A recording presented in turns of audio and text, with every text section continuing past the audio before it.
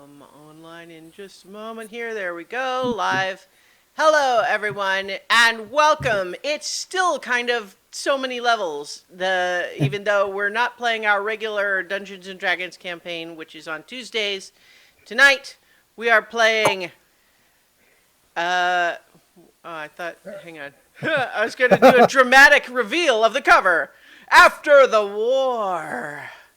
A science fiction role-playing game of mimetic horror by Alistair Stewart and Jason Pitt is my understanding of the name. I heard it pronounced, and that's how the person who I heard say it said it. And he was there on the recording. Oh, I'm hearing an echo of myself from someone. Yeah? No? Don't worry. Okay. It's coming. All right. So, hello, everyone. I'm Christiana Ellis. I'm going to be the game master tonight. The players that I've got with me here that we're going to play after the war, we've got Paul Weimer. Hi. Nobilis Reed. Hello. Lee Burdett. You're muted, but that's okay. And David Archambault, right? Archambault? Yep. Yeah! Hello. All right. So, last week, we had a session 0 where we introduced the game a little bit, and we built characters and built a settlement, and that's the setting and characters we're going to use to play tonight. But we're going to do a brief kind of recap and reintroduction of all of that stuff shortly here. So if you didn't watch session 0, that's fine. We'll cover the things that you really need to know. So, after the war, let's just briefly cover the high-level concept of After the War. We've got Genesis of Legend there in the chat. Welcome. I hope that we don't butcher your game too badly.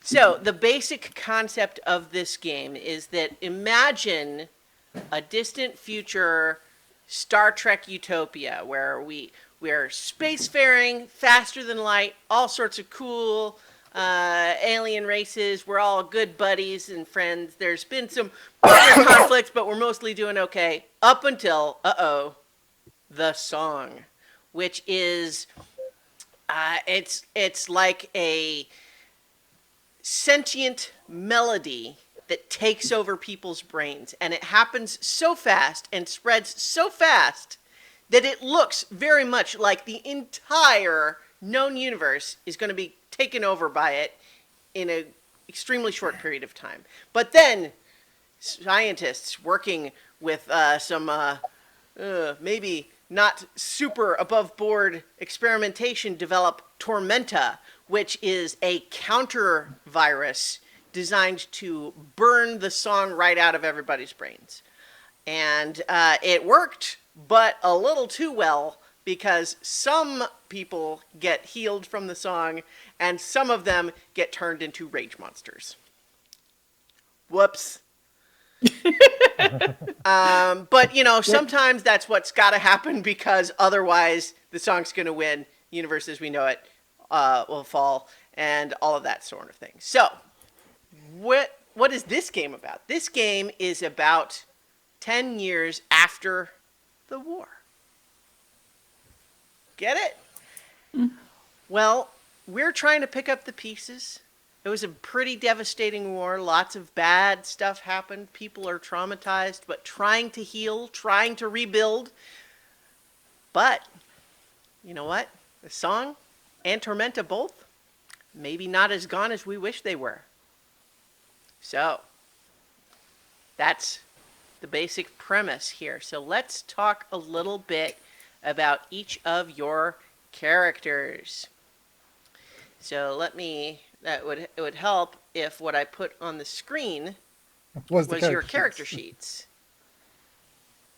There we go. So obviously this is going to be a little bit small for people watching this stream to read, but this is the basic idea of what the character sheets look like. So everyone creates their character. They have an origin and a detail about that, a war story and a detail about that. The war story is basically what did they do during that big war, and then a profession and a detail.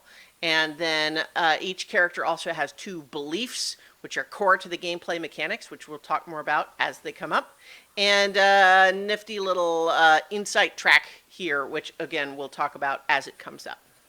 So, do you want to start, David? Tell us about Calvin Foley. Sure. Hi. My character is named Kevin Fallon. I just recently decided on the pronunciation. And he is a scientist, basically. He grew up in academia, and it followed him throughout his adult life, and that's what his participation was in the war. He actually was a part of the group that developed Tormenta. So, yeah, perhaps there's some issues with that. So, do you have a basic physical description you'd like to give of him, and then what his beliefs are? Yeah, he's kind of, kind of the pale lab rat kind of thing, where he's, maybe a little skinny because he doesn't, he, he gets so into his research that he might forget to eat, and his beliefs are that knowledge must be gained and that lives are not currency. Very good. All right, Paul, would you like to introduce your character? Oh, you're muted. You're muted, Paul. You're muted, Paul.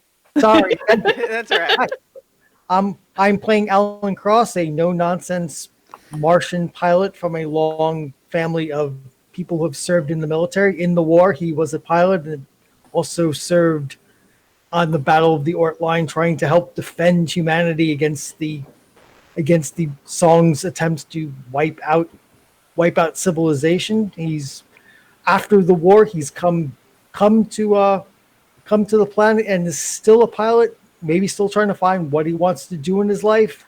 And his beliefs are recreation weakens our community. He is no nonsense, and the planet must be unified. He's very big a believer, almost to a fault, probably to a fault, that all these separate communities are just a great way for the Song to pick us off one by one, or worse, torment us. So we must be a unified whole against the threats out there.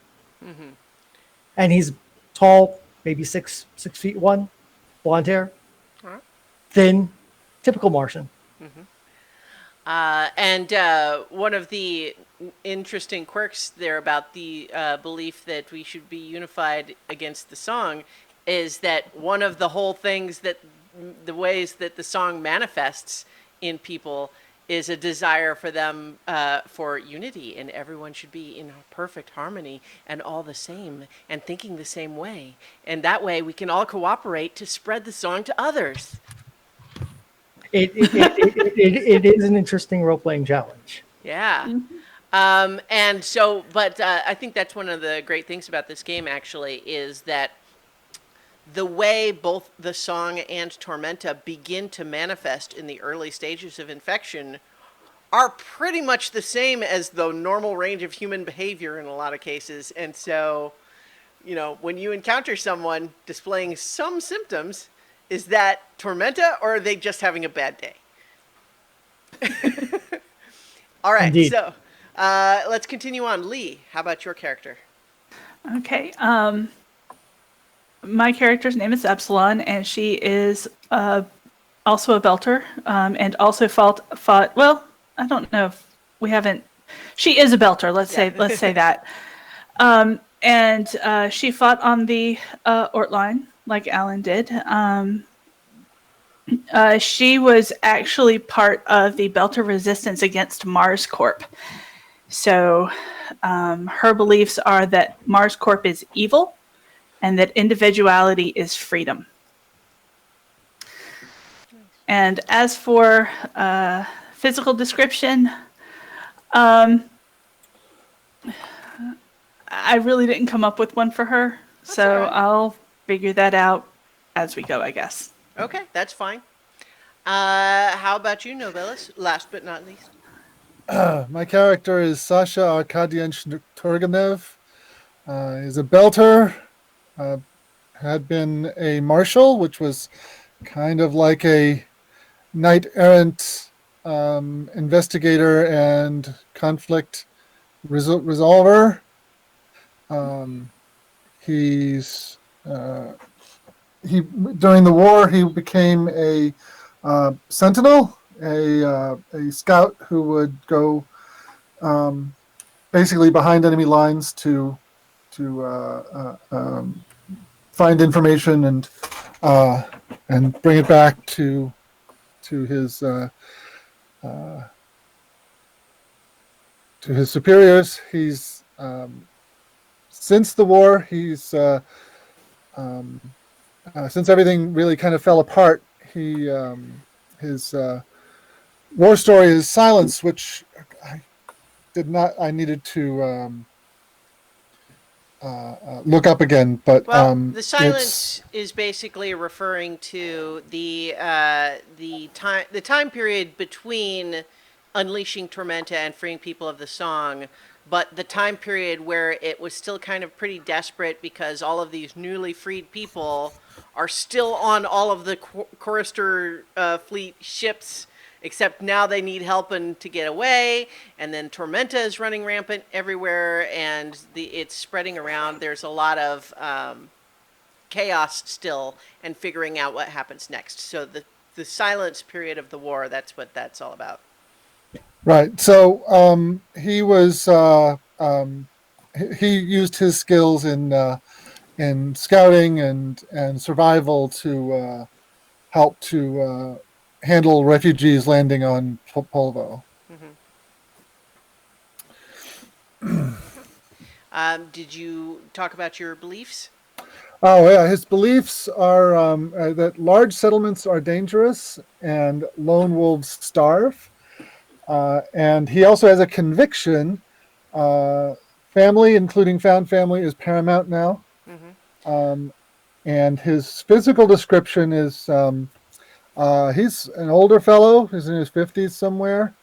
Um, uh, Salt and pepper hair, cut short, stocky, but also uh, tall, and has that kind of the fact that he's not in his prime anymore hasn't made him uh, any less imposing. Um, and he's tends to watch more than he talks. Sure. So one of the things that you mentioned in your character that was a little different than everyone else is that your character has a conviction. So let me briefly talk about those mechanics. What this game is all about is creating scenes where the beliefs for each character will be challenged, and they will role play as their character, and then after each scene will determine, well, did they support that belief or did they maybe refute that belief? Did their actual behavior in that situation lead them to feel stronger about that belief or maybe question it a little bit? And those are, that's the basic mechanic of the game. By challenging those beliefs, that's how you earn points of insight, and that's how you can, advance in some ways. A conviction, on the other hand, is something that is so central and core to who you are that you never question it, which comes in handy because of one of the other mechanics of this game is that Tormenta and Song, in certain circumstances, I can trigger a moment of corruption, which allows me to go in and subtly tweak beliefs, but I can't change convictions. And so that's where a conviction can be useful. And so, on that note, though, this is a game that involves not only a lot of trauma for characters who had potentially some very horrific experiences during the war, but also might have some horrific experiences here, but also the idea that something might brainwash you and actually change what your character believes in, that's something that could make some people really uncomfortable. So certainly, any of you watching or listening at home should know that that is part of this game, and we will, we'll see how it goes. I'm not 100% certain that'll happen tonight, but it might. But one of the things that we also have as a safety tool for our players tonight, first of all, we already discussed this last week and everyone's on board with playing, but we also have what's known as the X card. And this is something that I can pull up on the screen right here. This is something that anybody playing can just pull this up and pull it up to show it on the screen at any point. And if they do that, what that means is whatever was just happening, whatever we were just describing, nope, not anymore. We're just cancel that, take that out, something else. And that is a safety tool because even though this is a horror game, what we want is actually for the players to be having fun and not actually upset or scared or any of those things. So that's just for everybody's safety. But the other thing that we might do here and there is just veto certain things in a more general way. So like if we want to just talk about like, I kind of wish it wasn't like that, maybe could be like this instead, we can always have those conversations. The X card is for, this makes me so uncomfortable that I don't even want to talk about it. Just stop. That's allowed. That's 100%. That's what the X card is for. But if you also want to just say, let's maybe tweak it a little bit, that's 100% cool too. We don't have to use the X card for that. Just talk about it. Yes, and the other tool mentioned in the book that we talked a little bit about is the concept of going dark, which in this context, you might think, going dark, does that sound like a safety tool? Well, in this case, what we mean is if something is starting to seem so intense, but we don't necessarily want to retcon the story, what we can also say is then things go dark. And what that means is like basically everybody involved in the scene just kind of loses consciousness and wakes up sometime later and doesn't remember what happened. So that's another option that we could potentially employ if it ever felt like the right thing to do. But now let's talk a little bit about the settlement that we built. We are playing in Warframe Yard, which is we have a modified version of Warframe Yard, which is provided in the book. There's some neat artwork in the book that has maps for a lot of these locations, but Nobilis has created a custom map for ours because we liked the idea that the USS Defiant, no, it's not the USS Defiant, USF Defiant was the flagship of the fleet. And so it's this big, huge ship, and we decided it would be cool if it was so big that the whole settlement is really in and around just this one ship. And so that's what we've got here. But Warframe Yard is a settlement that is focused primarily around three industries. Salvage, which is run by Farah the Tinkerer. Electronics, which is like custom gizmos and so on made from salvaged things, not so much salvaging electronics, because that's already covered with salvage. And then data mining, run by Cena the Runner. I don't think I said that electronics is run by Talus, who is a Mercurio, which is the only alien character that we've talked about, we've introduced so far. Talus is a Mercurio, which means they're kind of like a shapeshifter. They can sort of change their appearance and mannerisms at will.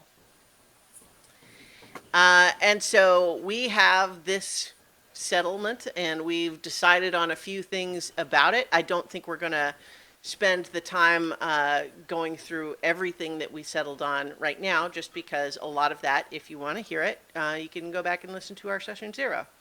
But in the meantime, I think it would be fun to go ahead and get started. What do you guys think? Sure thing. Sure. So we're going to go through the welcome now? Yes. That is the one thing that we did. This is the one setup period that we didn't go through last week. And so, what this is we determine in which order did we arrive, the player characters, which order did they arrive at this settlement, and then it establishes a little bit more world building. So first, the question is, who is the elder? Who is the person who's been in Warframe Yard the longest? I think it makes sense for Sasha to be that. Not only because I built a bunch of world building stuff for Warframe Yard there on the map I wrote, but also because he's a kind of a first in type of guy anyways. Yeah, I agree. Yep. All right, so what you need to do as far as your responsibilities here as elder is that you are. Oh, you know what? I'm just going to briefly show. This is the page from the book, the core book that describes this mechanic. But I'm also going to take us back to the relationship. That we have our three face characters represented by Farah the Tinkerer, Talus, and Sina the Runner. So you have already got a relationship with one of those characters, but you need to establish a relationship with a second one. And also just describe a little bit, what did this place look like before, like immediately after the war, as opposed to now, 10 years on? Well, the Defiant was one of the first ships to be targeted with the Tormenta, and as a result, it fell out of orbit while the big battle against the Tormenta was still going on.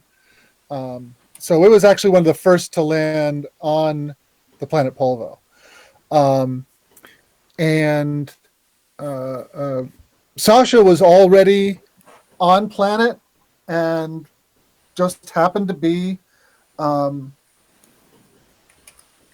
a convenient place nearby when it came down, and he called up his friend, the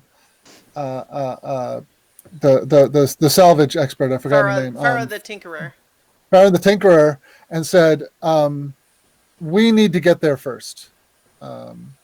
Let's find out what's there, and help out any survivors of the crash. But we need to get there first." And so, not too long after it hit, and was cool enough to enter, Sasha and Farah were there.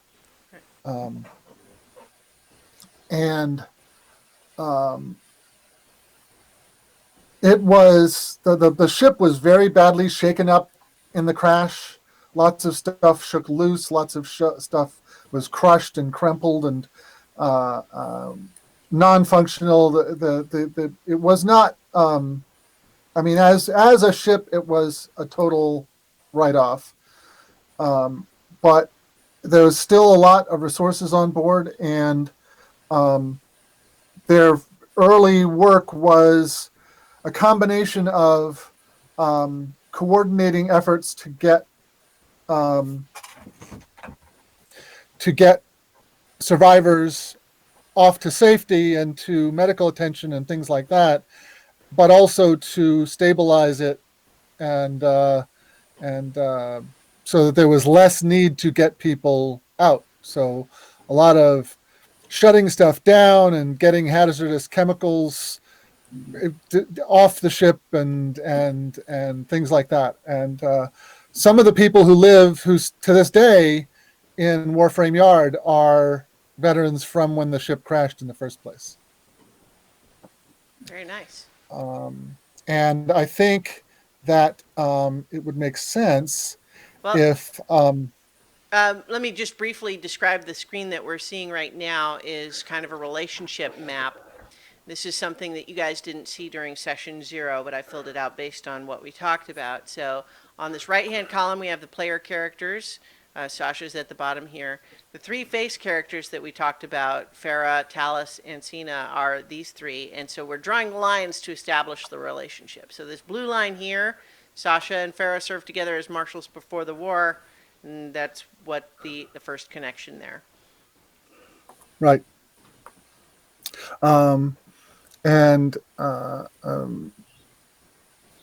Sasha considered, at that time, they were, Sasha considered her family. Calling them husband and wife was probably not accurate, but they were constantly together early on. Back when the team who was working on the ship was fairly small. Since then, it's grown, and their relationship has become a little more distant. Okay. And I think it makes sense for Sina, to have been on the ship when it crashed, Okay. and as a survivor of the Chorister fleet, and so in Well, addition so- to I don't want to counteract that, but just open it up for discussion, just because it's a little different than what we had said last time. And since Epsilon has a relationship with Sina, I want to just make sure that that's an okay change with you. Oh yeah. Yeah. Yeah, absolutely. Okay. Yeah. Great. and that's his other relationship with a face character. Okay. All right. So, and you just knew her from right when you started. Yeah, I mean, Started salvaging. Okay. Right. It's. I mean, I've known Farah for decades, but Sina is a bit more recent. Yeah.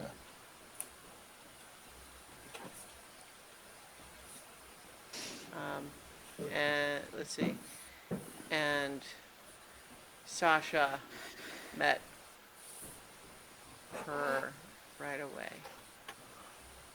Did we establish that Sina was a she/her? I don't remember if we decided that definitively or not. I think we did. That's what we were Yeah. talking. Yeah. Okay. So so the next step of this welcome process is that the elder, we've just met, introduces the character with the second most seniority and asks them one of the immigration questions listed below. They include, how did you get that injury? Why did you decide to immigrate to this community? Who did you bring with you to the community, and what is the nature of your relationship? What do you have in that large grav trunk behind you? Or you look to have a few battles under your belt. Where did you serve? Under whose command? And so you could ask any of those or something along those lines to whoever's second. Did we decide who's second? I think it was first was between me and or Epsilon and Sasha. Yeah. So I think it would be Epsilon that is second. All right. So who did you bring with you, and what is the nature of your relationship? I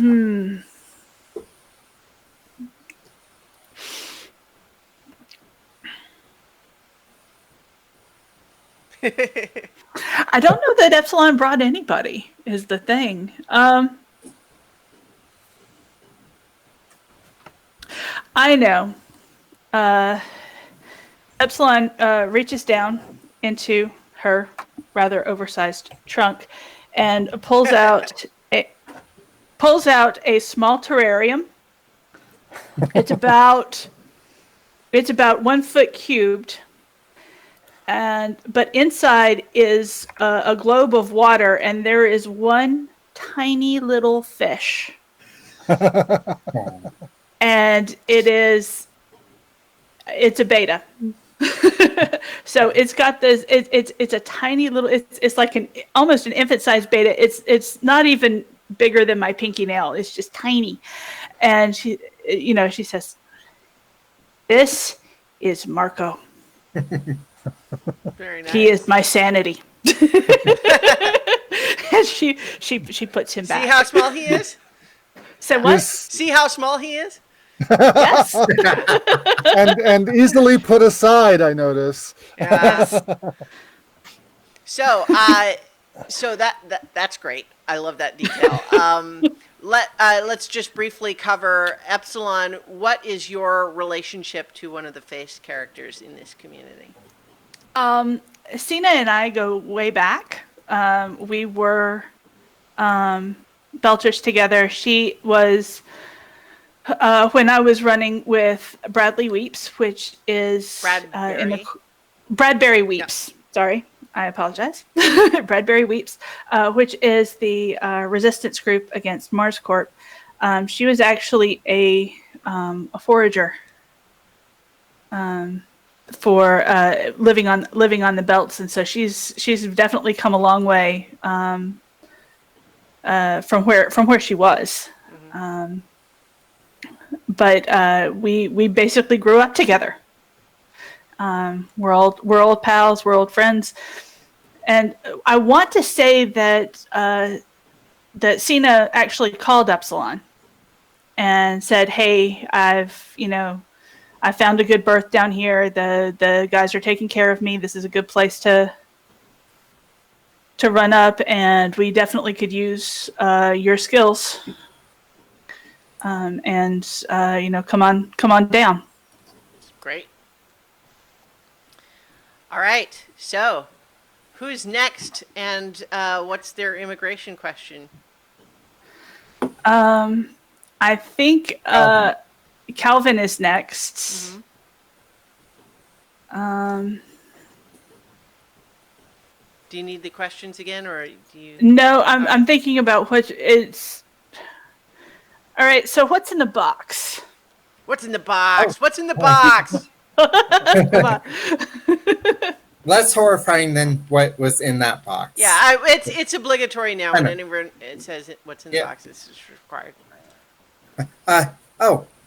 Just some projects I've been working on. I pulls out a mess of wires and circuits. Like, I'm not quite sure what it's gonna do yet, but I think it's gonna be good. And don't have to worry. The radiation is minimal.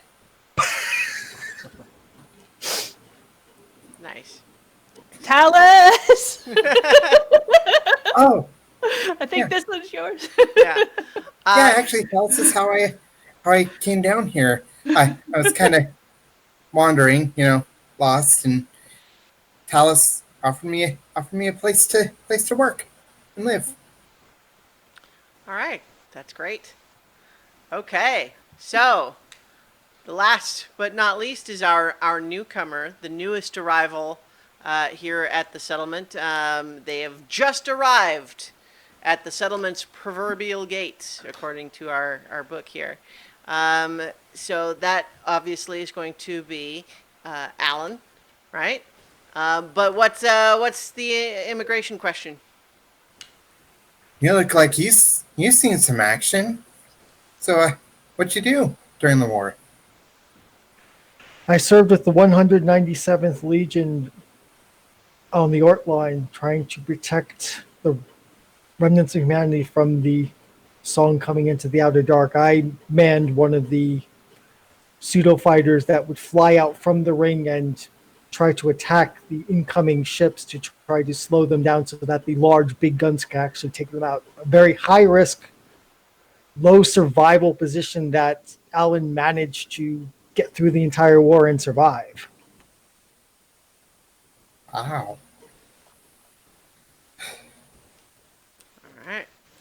So, because there's no one else for you to ask an immigration question to, the newcomer's responsibility is to introduce a new plot thread.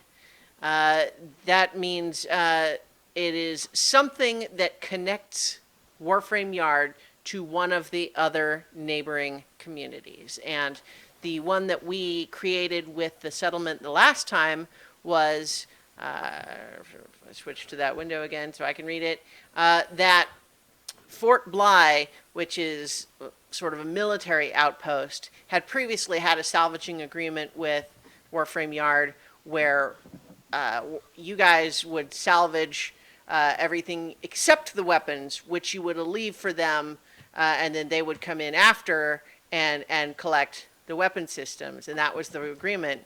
But recently, they declared that no, they actually get to go in first, take the weapons, and then Warframe Yard gets what's left.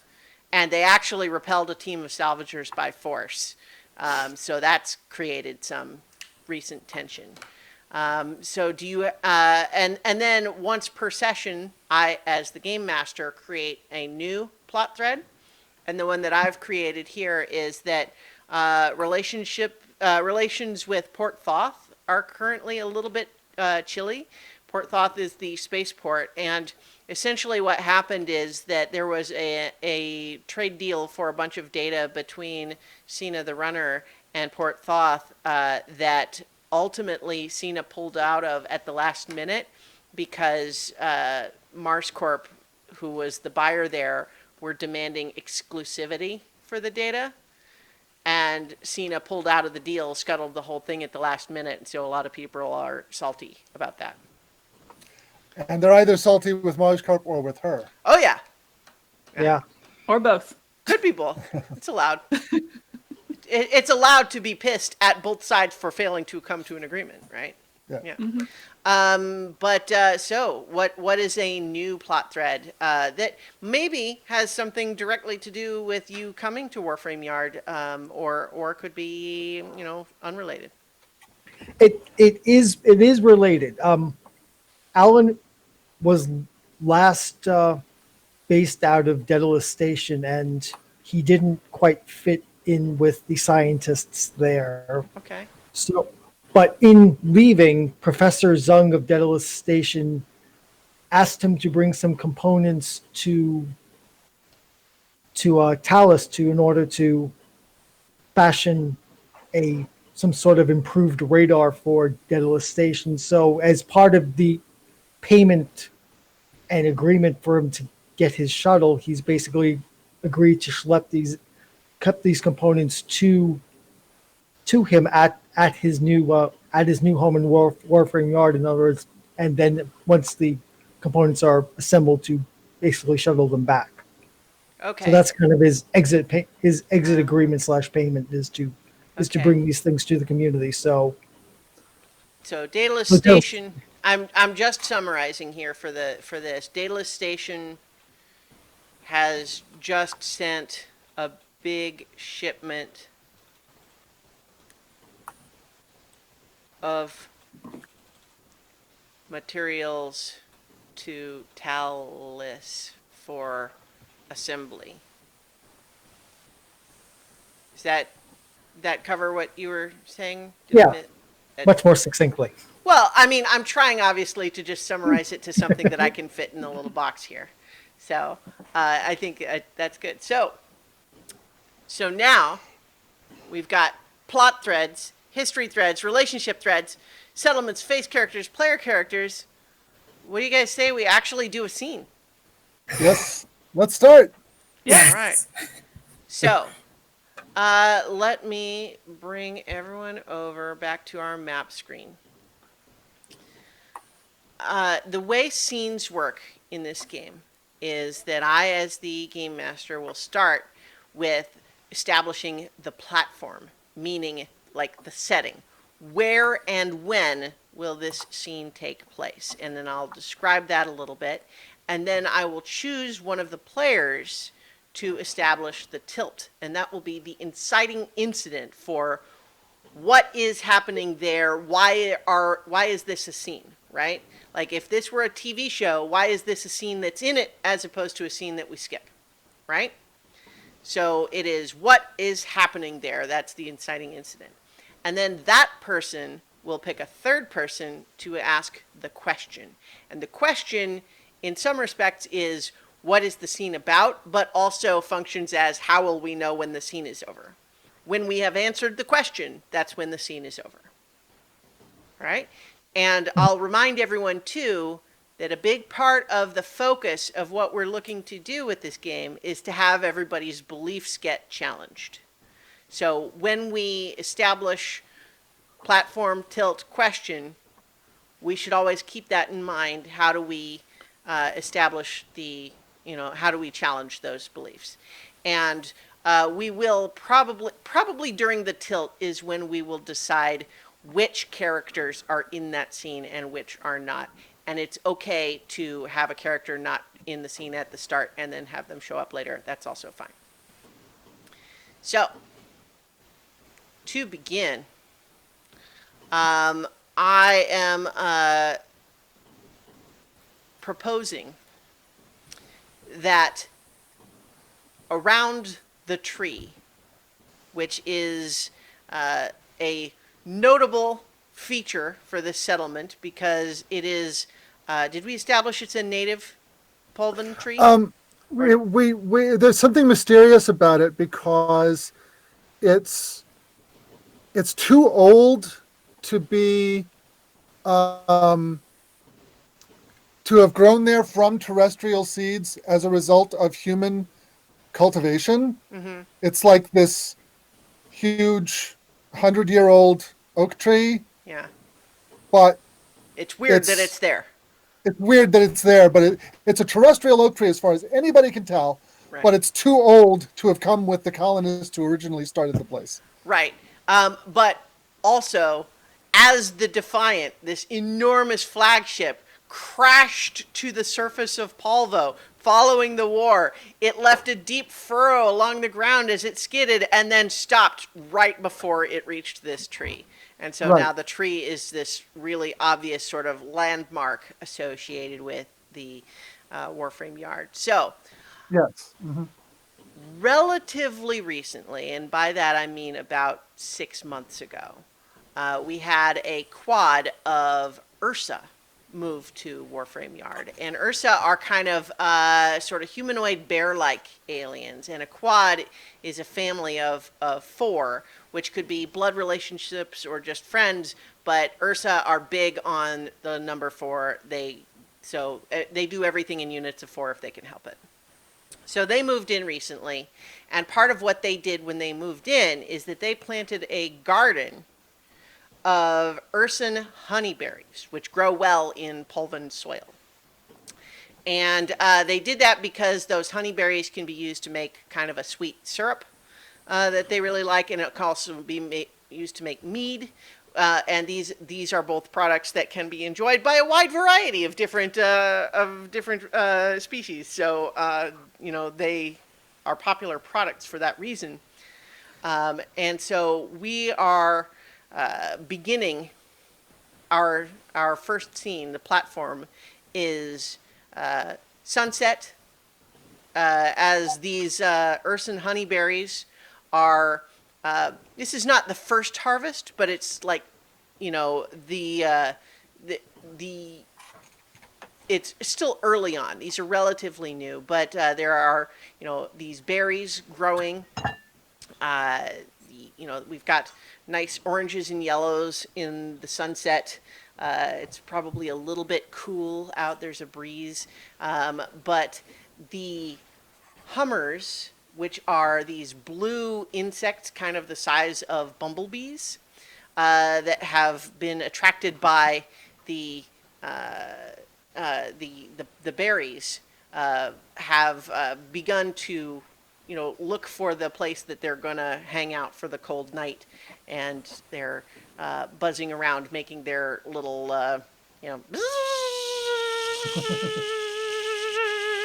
noise. And that's our setting, is this garden at sunset. And so I'm going to choose.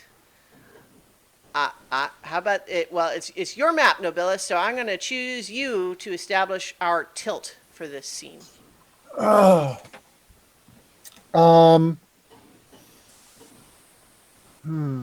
What? Okay, explain exactly what the tilt is, because I'm a Right. little nebulous on the issue. No, that's fine. This is the mechanic that we're doing, so it's fine to talk about it. So the basic idea is, if we imagine this is a TV show, right? Yeah. There's a lot of things that would theoretically have to happen in the story of a TV show that we don't have a scene for, right? Because it's not interesting, right? Right. So if a character's heading somewhere, we generally are not going to show the scene of them driving for 15 minutes to get there, right? We show them Okay. when they arrive.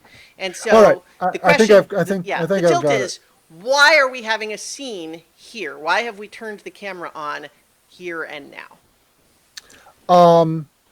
The main source of water in Warframe Yard is the Furrow, which is a muddy a pool that forms from rainwater that's basically in the depression that the Defiance created when it slid to a stop across the plains here. And it's, I mean, being rainwater, it's not the cleanest stuff in the world, and you certainly want to purify it before you drink it, but it's fine for crops, and the berries are being grown on the banks of the furrow. Okay.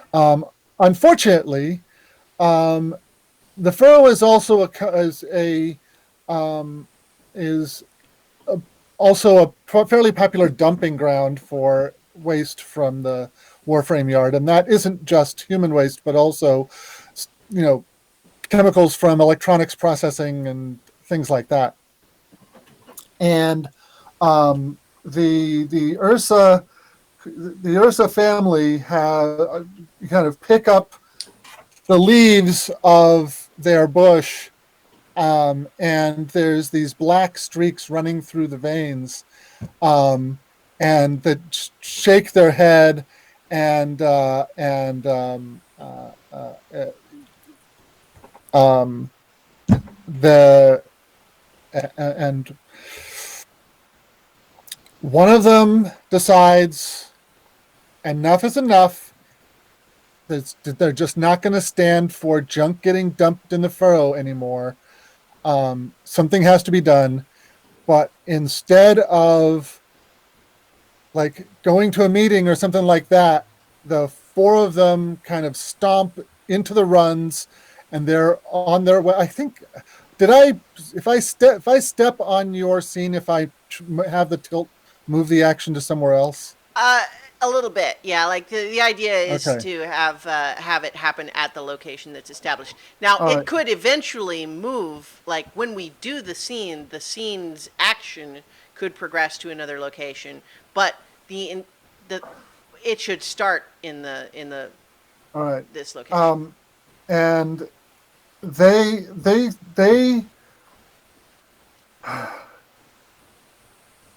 start heading toward the one of the entrances to the Defiant, and one of the other PCs, and I don't know who would be the best for this to be, kind of sees that they are on the way to making trouble. Okay. Okay. Um, uh, So here's where we can start to say who's in the scene and who's not. And yeah. what's neat about this game is that anyone who's in the scene, anyone whose character is in the scene, is in what's called actor mode, which is mostly what people are used to for RPGs. You are role playing your character in that scene. But everyone else is in what's called audience mode, and that means you help me, the game master, to fill in the details of the rest of the scene. So you can offer suggestions of, and then this happens from, this is what one of the other people do, and then maybe someone else says, oh, hey, I want to play one of the Ursa, or someone else says, no, I want to play the guy who just dumped a big, vat of chemical slurry into the water. Okay. That's what people in audience mode do. And then there's more to it later, but that's to start. And so we can start saying, okay, well, who's in the scene? It could be any or all of you. And then you, Nobilis, you will pick one other person to say, what's the question of the scene? Yeah. Um, uh,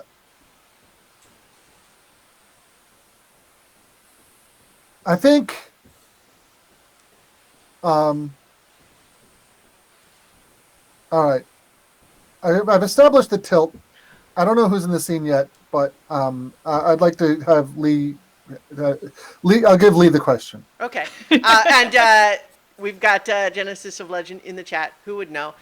Saying that determine the question before you decide who's actor versus audience. Okay. Awesome. Yeah. I think the question is, all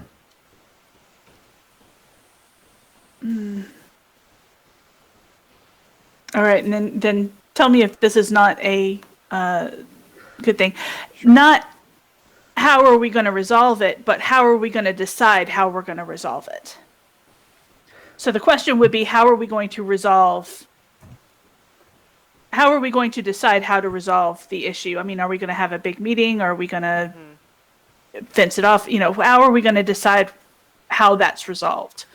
I think, like, I like where that's going in general. I think we can maybe make it a little bit more definitive, because only in the sense that, like I said, part of what the question is for is that helps us know when the scene is over. Because otherwise we just keep going and going and going and then role play every single thing. And so rather than say, okay, well, if this were the scene in a TV show, when would this scene be over and switch to the next scene, right? So it could be exactly what you're saying of, we've got some tension right now from the tilt where the Urson looks like they're going to maybe make some trouble complaining about this, right? So maybe the question is along the lines of, like, are they going to be persuaded to do something else? And I'm not telling you that's what the question is. I'm just saying, like, let's maybe try to make it a little bit more specific. Okay. It could be, will the current tension be resolved peacefully? Or I'm throwing things out there too, because this is new to all of us. But Let's see.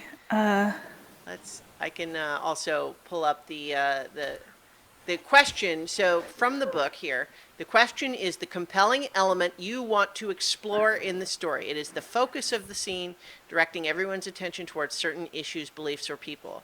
And so on that basis, the idea of how does this settlement resolve these things, right? Yeah. Like that's a good question that gets it at beliefs, right? And so, so that's why I'm saying, like, I'm not trying to move you away from your idea. I'm just trying to say, how is that a question that can be answered by that when it's answered completes the scene. Okay.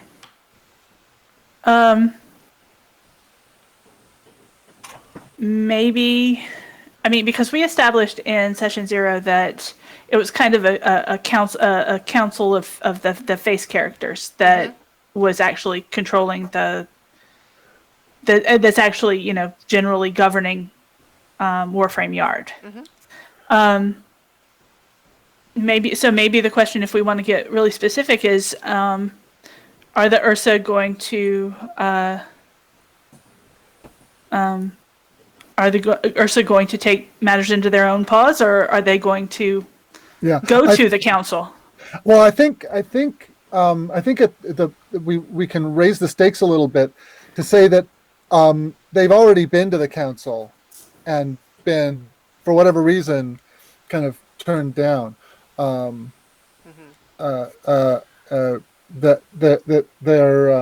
their concerns were not. They were told, oh, everything's going to be fine or whatever, and their little honeyberry operation was their idea, and you can't come in and tell other people what they've been doing for the past decade. They have to stop. And so I think it raises the stakes a little if they haven't been able to get what they want that way. Well, and the other thing too is that we don't necessarily want the scene to be just about what do these NPCs do, right? Because we want Yeah. our characters to be involved in some way. Yeah. But maybe along those lines is if they feel like it has already been a case where the way they've been told is what you're supposed to do didn't work out. Maybe the question could be about how will the Ursa react, or what will the Ursa do, and in this circumstance, and that can be influenced by whichever player characters are involved, right? Because what they might do if none of you are there is they might go start some trouble, right? But will the player characters intervene, take their side, calm them down? That's going to be up to you guys. But it could be like, how will the Ursa respond? What do you think? It's still ultimately you for deciding this.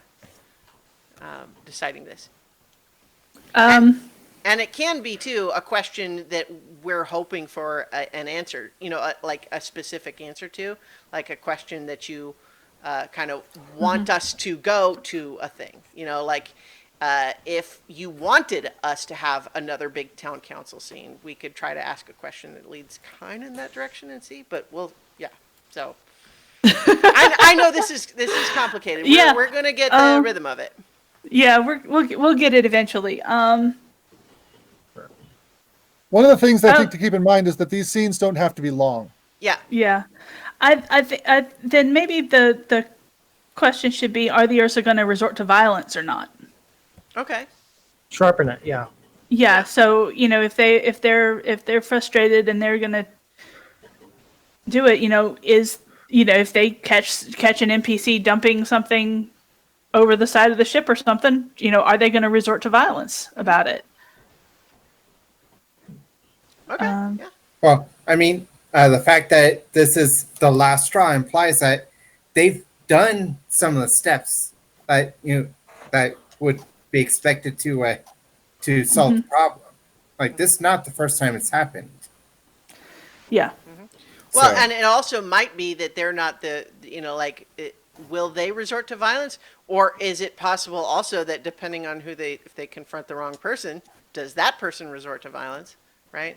But no, I like that in general, just as a question of will they resort to violence. Like, it's concrete in that we can answer that question, but it also just involves all these different elements. Who they are, the general situation they find themselves in, and how it might be resolved in a way to prevent that. Yeah. Okay. Okay. We've got in the chat. That is a perfect question. Game designer approved. Yay! Hey, Yeah. The only time that will happen. It is very exciting, I have to say, as an actual play, to have the game designer watching. That's awesome. Yes. So as that's the question then is will the Ursa resort to violence? Now we say, okay, well, who wants to be in this scene? Who wants their character to be present and involved in some way? And whoever wants that will be in actor mode, and everyone else will be in audience mode with me. I think it makes sense to introduce Sasha, considering his history as a marshal. Okay. Sure. Yeah. I think it also makes sense to introduce Calvin too, because he works in electronics, maybe the source, maybe as a representative of, that part of the problem.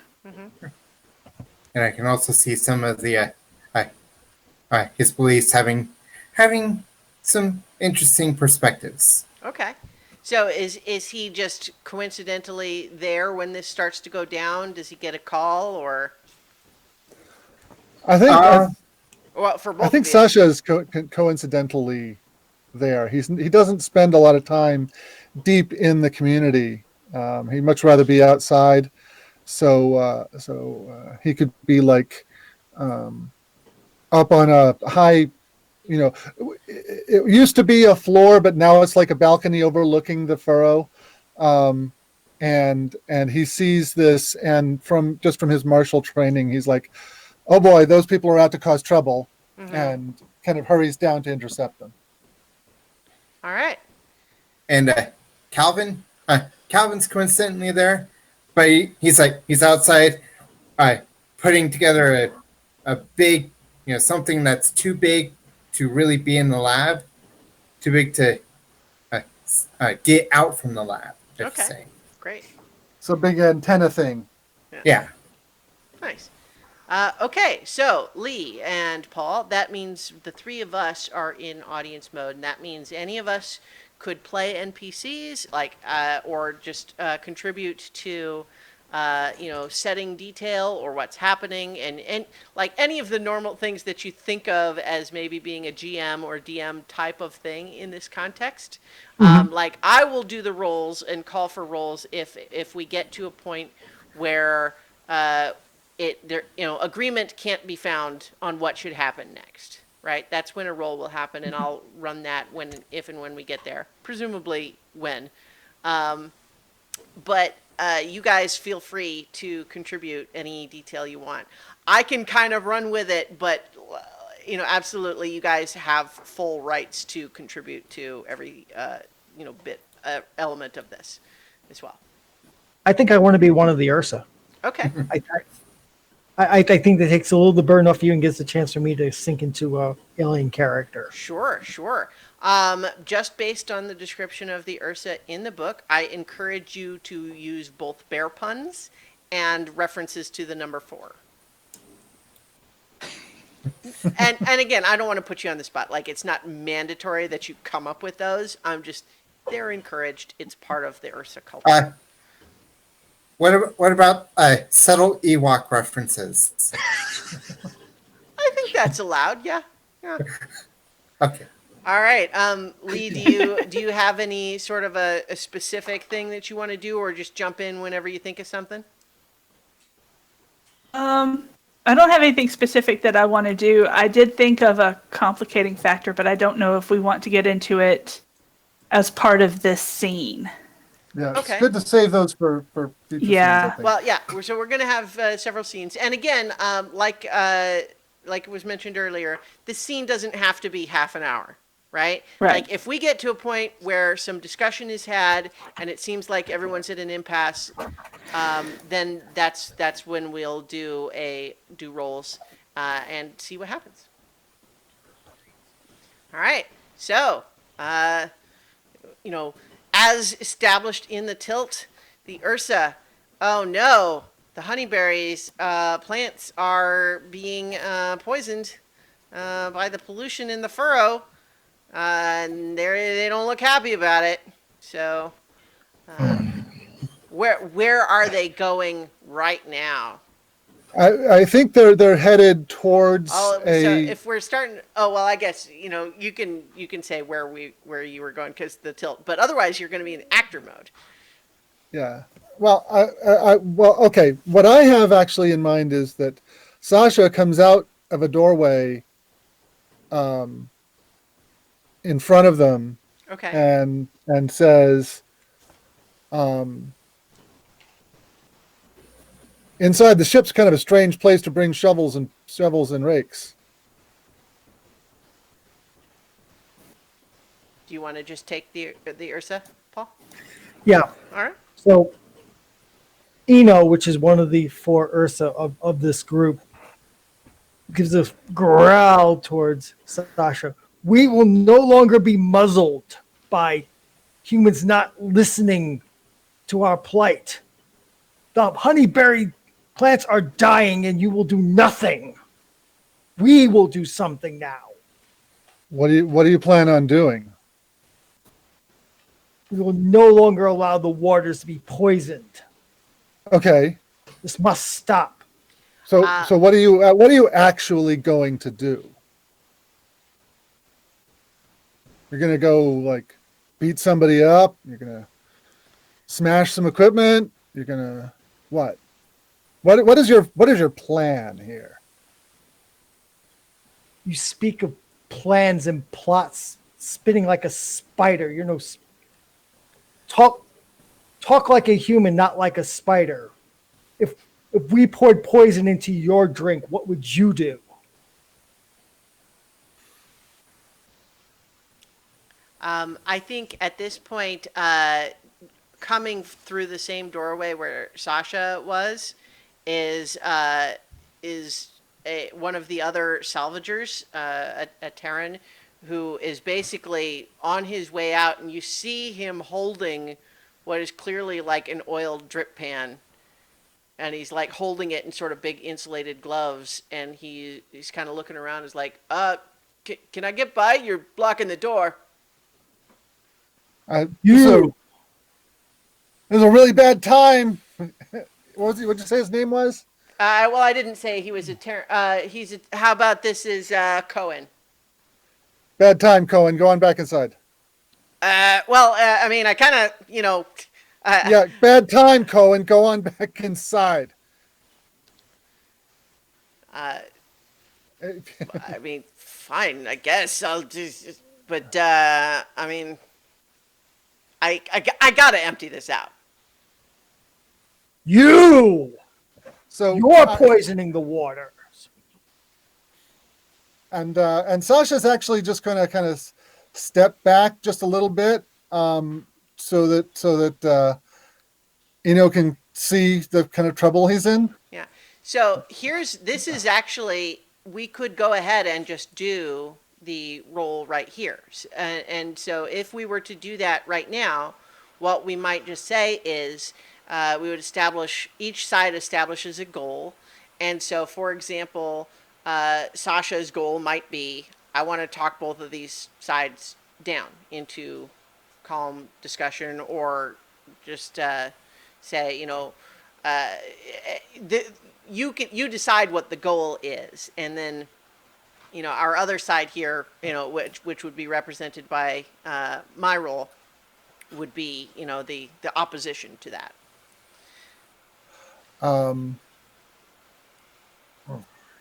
It's Are you feeling like you're not ready for that, or? no. Well, I'm trying to reconcile that with what Sasha's kind of methodology is here, which is whoever resorts to violence first is the one whose argument is the weakest. And I want to put that as a belief if there was room for it, but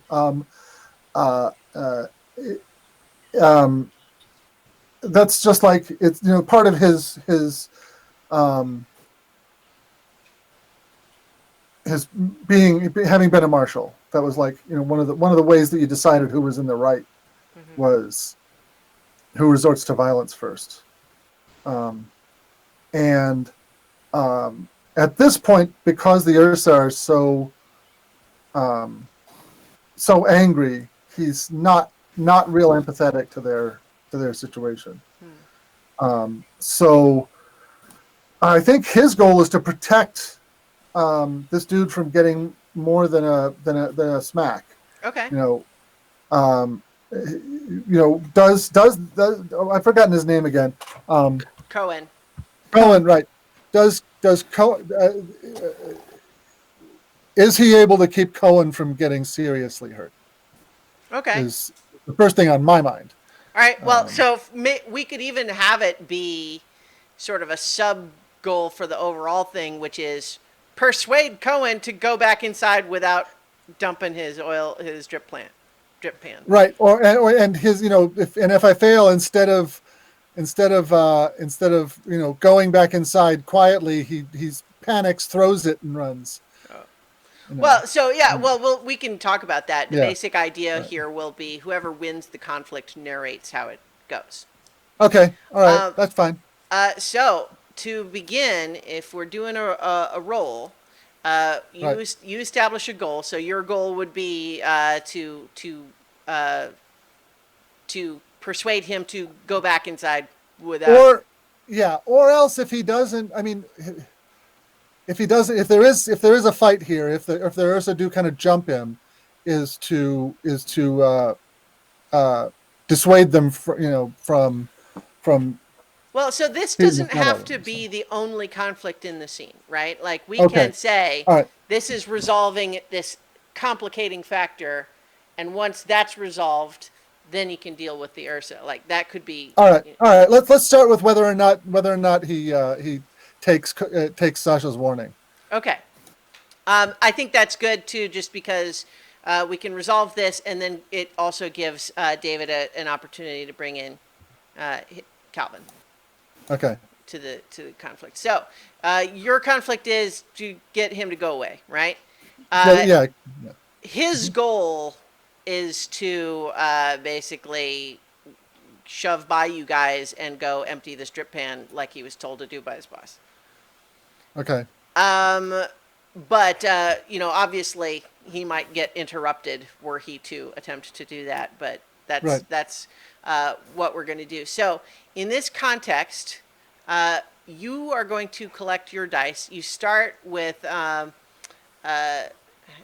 so you collect dice. You start with 1d6, right? Okay. And then of all of your different traits that you've got, you are going to add 1 die for every one of those that seems like it applies. Okay. Here. Can we have the character sheets back so I can look at that? Yes. Let me pull that up. Okay. So you've got your traits here.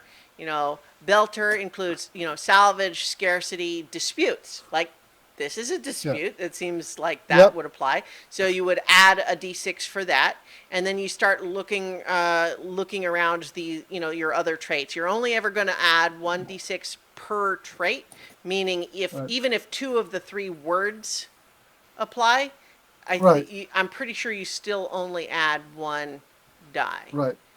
Okay. So you can gain a maximum of +6 dice, like if all 6 of your traits applied. Okay, so the Belter one from Dispute applies, I think. I think Silence Relationships applies. Okay. And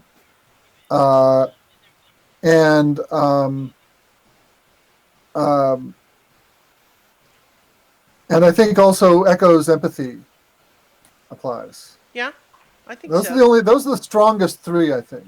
We haven't it hasn't gone to violence yet. We haven't.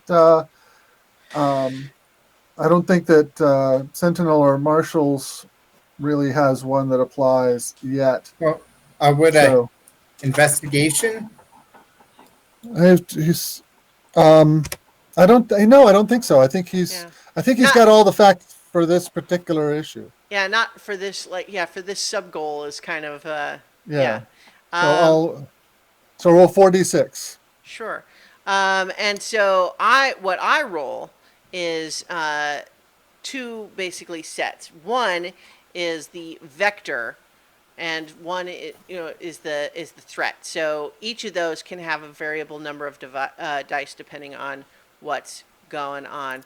So let me pull up that. So for the threat, if the physical property or social standing is all that's at stake, that would only be 1. But if at least 1 named character is in danger, add 2 dice to the pool. And we just named Cohen. So he is a guy now, so I think that's 2 for that. But then Vector is based on how much influence there might be from the song or tormenta here. And what I'm going to tell you is that there are 2 vector dice involved. Okay. You guys don't necessarily know the details of where or why that's involved, but you know that that's happening. So we're each going to roll 4 dice, 4d6. Okay. And then whoever we'll see which one is higher, and then you have some opportunities to, if you don't win, we'll explore what your other options are. Okay. All right, so I got a 13. And I got a 10. Right. So what that means is that if you choose, you can just say, whoops, it didn't work out. I didn't succeed in this conflict, and I will narrate what happens next. Alternately, if you felt like you wanted to press yourself on this a little bit, you can take a point of strain and use that to re-roll any or all of the dice you want. And so probably you wouldn't re-roll the 6, but No. maybe you re-roll those 2 1s and a 2, right? But Yeah. then when you have a point of strain, you would mark off your little 1 face on the d6s at the bottom of your character Yeah. sheet, and that means that anytime you roll a 1, doesn't count. It just doesn't count. Yeah. Yeah. I'm actually not going to mark strain on this. I'm Okay. gonna fail. Okay, gonna let it fail. And so one of the other things that's worth noting too is that when you succeed in a conflict, that also gives you strain, because it's like it's pressure and Yeah. stress for pushing to get the thing that you wanted, right? Yeah. But in this case, I think Cohen, and also just as a mechanic, I'm not doing it right now, but as a mechanic, what I can choose to do at this point is either the opposition is successful in this conflict, or I could say you're successful after all, but there's a moment of corruption where I could subtly alter one of your beliefs. I'm not doing that at this time, but that is one of the mechanic options in this moment. So in this case, though, I think what happens is Cohen is just like, what are you talking about? Look, man, I got a job to do. And he just goes to like shove past you and start marching down to the furrow where he's clearly just going to dump this strip pan in the water. Yeah. Calvin, are you involving yourself here, or? Yeah. Calvin's been out there working on getting the large transmitter put together, and he hears Cohen saying, calling out, and sees what he's about to do, and it's like, and kind of goes over and say, excuse me, what are you doing? Is it not obvious? I got a lot of waste grease here. Got to get rid of it. Why is everyone on my case today? But why are you putting it in the drinking water? Or why are you putting it in the water that we use? I thought that was established that it's been general practice. That's I mean, not drinking water, but right, we use it for things. But that's what we're saying though, is that like this is where they This is have not been unusual. doing it. Yeah, this is not unusual. This happens all the time. Well, Now okay. it could be that Calvin didn't know that and he's surprised by it, but I think the gist of it is that we're saying like no, like this is where they've been doing it. This is where he usually does it, and he doesn't know why it's a problem today. Don't they have a recycling container somewhere that you can put that in? Where would they have that? I mean, yeah, that's a good idea. Why don't you go make one and leave me alone? Well, if you don't dump that in the water, then I'll see what I can do. Come on, man. Just let me do it. What are the Ursa doing? Are they? They're going to intercede between him and the water. Basically, try to physically block him from dumping this drip plan, growling at him, snarling. Whoa! What's all this about? You're poisoning our honeyberries. What? This will stop. You know those berries. That's why those friggin' Hummers are everywhere. You know they're crawling in through the vents at night. You know what? I hope it does kill him. You will not dump that pan, human. This is unbearable. Sasha's gonna walk up. He's still watching this scene. Um, he's not. But he's off like to one side, so he's not like backing up Cohen, but he's also not backing up the Ursas either. He's watching from the sidelines. But if anybody actually raises a hand, he's going to jump in. All right. Well, so I think if they do, that answers the question, right? Yeah. I mean, that's okay. The answer can be yes, right? Right. Yep. So if he's decided that he is not going to further intervene until it gets to that point, that's fine. Yeah. The answer will be, will the Ursa resort to violence? The answer will be yes. It sounds like that's where it's going. Unless you want to do something, Calvin? Okay, it's obvious that these four don't want that to happen, and I really don't like that to happen because the honeyberries make for some really good drinks, and you know what, we can bring it to the lab. You can I can help you bring that to my lab, and we can go talk to Salvatore. What was her name? Farah. So Farah the Tinkerer. We can go talk to Farah and get that sort, and see if we can actually find a proper disposal. So it sounds like you're still focused primarily on this guy, which makes sense. But it's also the Ursan are aggressive there, but that's fine. So is this a conflict? You're trying to calm everybody down? Yeah. All right. Well, what is your goal for this? To avoid violence, and to get and to have have that, and to not have more pollution. All right. So I think his goal is still kind of the same, but like the Ursan kind of have the goal of they're like, so his goal is kind of moot at this point because we've established what he wants to do. The Ursan what would you say their goal is, Paul? To prevent them from polluting the waters here and now. I don't think they've gotten to the point where they want to physically punish this guy, but they definitely, at the bare minimum, want to stop him from dumping that stuff into the water. We established I have another possible outcome. Okay.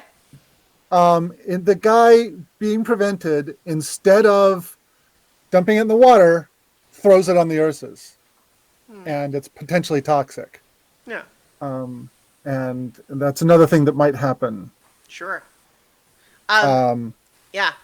So I the one other thing I would say, not to step on your toes as the Ursan, Paul, but I think they were on their way to go say something before this guy even showed up, right? Yeah, but I thought we were talking about this particular Oh no! So I think that we are right now on the verge of deciding the question of are the Ursa going to resort to violence or not? Because it sounds like I think this conflict is going to determine that one way or the other. Yeah. Okay. So Sasha, are you assisting with this at all, or I guess never mind. That only comes into play if we need to use strain. So in this context, I think the dice that I would use are the same.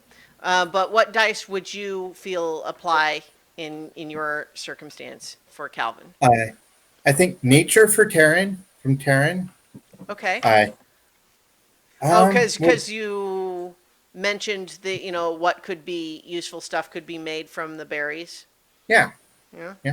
And keeping plant yeah, not polluting nature is. Yeah, yeah. And Avoiding the pollution. Yeah, sure. uh, academic community and scholar both have a debate. Is that like kind of debating what's Yeah, I think so. Yeah, to talk about like what's another solution to this? How can we solve this problem another way? Yeah, I feel like debate. Oh, I buy that. okay? And with dissonance, does anger is like anger on my part or on? I think anger is involved to be sure. The Ursa are Okay. angry. Right. But I can't see what the other two have. Well, you mentioned that maybe if he's willing to not throw it in the water right now, you might have another way for him to dispose of it. I think that could maybe be scientists. I don't know. What do you guys think? Other audience mode members, Lee, Paul, what do you guys think? Mutedly. I mean, if Yeah. if you guys feel like I don't know, then I'd say no. Yeah, I think he brought it up as a possibility to discover. If I was like, he doesn't have a possibility right this second. Well, so but I mean, at the same time, he knows what his lab is. He probably knows Yeah. if there's a place to dispose of oil or not. But that said, if you guys are feeling like I don't buy that one, then that's fine. We just won't use it. Yeah. So I think we established nature, anger, and debate. So you would add 3 to your starting of 1, and it would be 46 again. Well, I thing is debate is in two of my sections. Oh, That's- well, I mean, that's fine, but you don't get it twice. Okay. So yeah. Yeah. It's just an overlap. Yeah. Okay. Yeah. Okay. All right. So that would be 4. All right. Oh, I rolled relatively high there with an 18. Oh boy. Oh. Oh. Yeah. Ooh, Okay. wow. So you got an 8. That's a pretty low roll. So basically, either you lose the conflict and are potentially opening yourself up to a moment of corruption, or if you want to take a point of strain, you can re-roll all 4 of those if you want. Yeah. I think with it being 2 1s and 2 3s, I think it's worth a strain. Okay. All right. So you can you mark a point of strain. I don't know if you yeah, there you go on your sheet there, and then you can roll again. And this time, if there are any 1s, you do not count them. Yeah. All right. No 1s, but you then but you still only got 14. Yeah. So if you took a second point of strain, you could actually.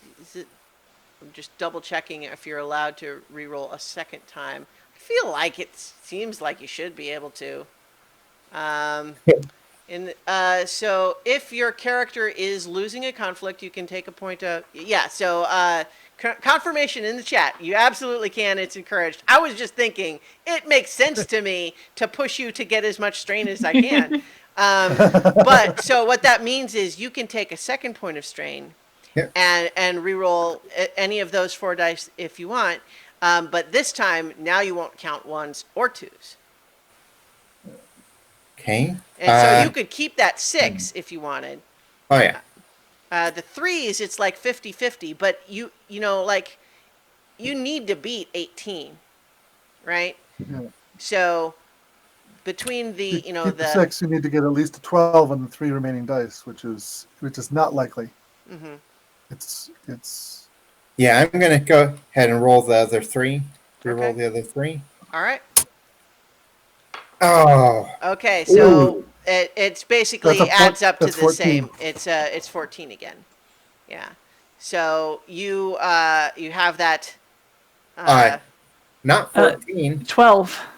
11. No. Oh, you're right, No. because you don't count the one Ones or the and twos, two. yeah. Yeah. It's an 11. Yeah. Yeah. So, yeah. So this is starting to look. I'm trying to think. I don't. Yeah. So you theoretically, getting any threes for those three threes would absolutely not you wouldn't be able to. Those wouldn't be enough anyway, right? Yeah. So, you know, each Hmm. die is 50-50 to be higher than three. Hmm. You know Bearing what? in mind also that like we're not necessarily playing a really long campaign, so it's like it's probably not a disaster if you ended up like it's part of Let's this is see. like how much does Calvin really want this to go well? It's looking like it's gonna go bad. So, okay, that's 11. So I need at least 7. No, Or- well, so or- if you still have that 6, you can re-roll the yeah. other. Well, I'm going to keep the 5 and reroll 2. Reroll 2 Oh, more. I see. Yeah, so you've got a 5 and a 6, right? Yeah. So I need a total of 7 more. Yeah. All right. So you have now marked 3 strain, and you've got A 4, a 5, and a 1 6. and a 4. So yeah. So that's still it's 11 plus so 16, right? No, except 15. you don't count the 1, 15. so 15. So you're Yeah. still not all the way there, but let's see. Now it starts getting really tricky because if you wanted to roll that last one again, you'd be at 4 strain, And you which lose means the you would 4. have to be a 5 or a 6. But if you got that 5 or 6, you would succeed. Yeah. But But no, then I'd have would to mark- mark strain because I Yeah. had victory. Yes, you would. So No, but Nobilis points out he'd have to re-roll the 4 as well because the 4 wouldn't count. So he'd have to roll 2 dice, and both dice would have to be a 5 or a 6. that's true. Well, no, I Yeah, because Right, it's getting because really you low can odds. if you keep the 4, but you now have 4 strain. Zero- Actually, I feel like if you can, you know what? I'm going to rule right now that if you are, let's see, if you're losing, to re-roll any or all of your dice, because it doesn't require you to re-roll all of them, I will say if you keep the 4, it stays a 4, even if you now have 4 strain. Whether or not that's the intent, that's what I'm ruling right now, just so we move on. So, you can keep that 4 and hope that you get a 5 or a 6 with that die. You have a 1 in 3 chance, but otherwise you're losing here. here goes. Oh, Okay, that's another 1. So I I think think you took I 4 think it's at points of that strain. point. That point, I gotta Gotta call secede. it. I gotta see Yeah. to it. Okay, so I think what happens here, I think what happens is that you are starting to feel like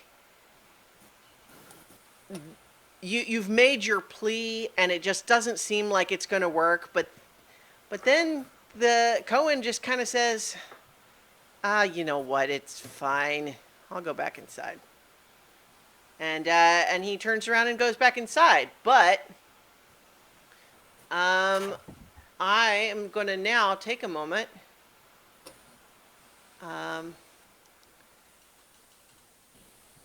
And I'm making a small change to one of your beliefs.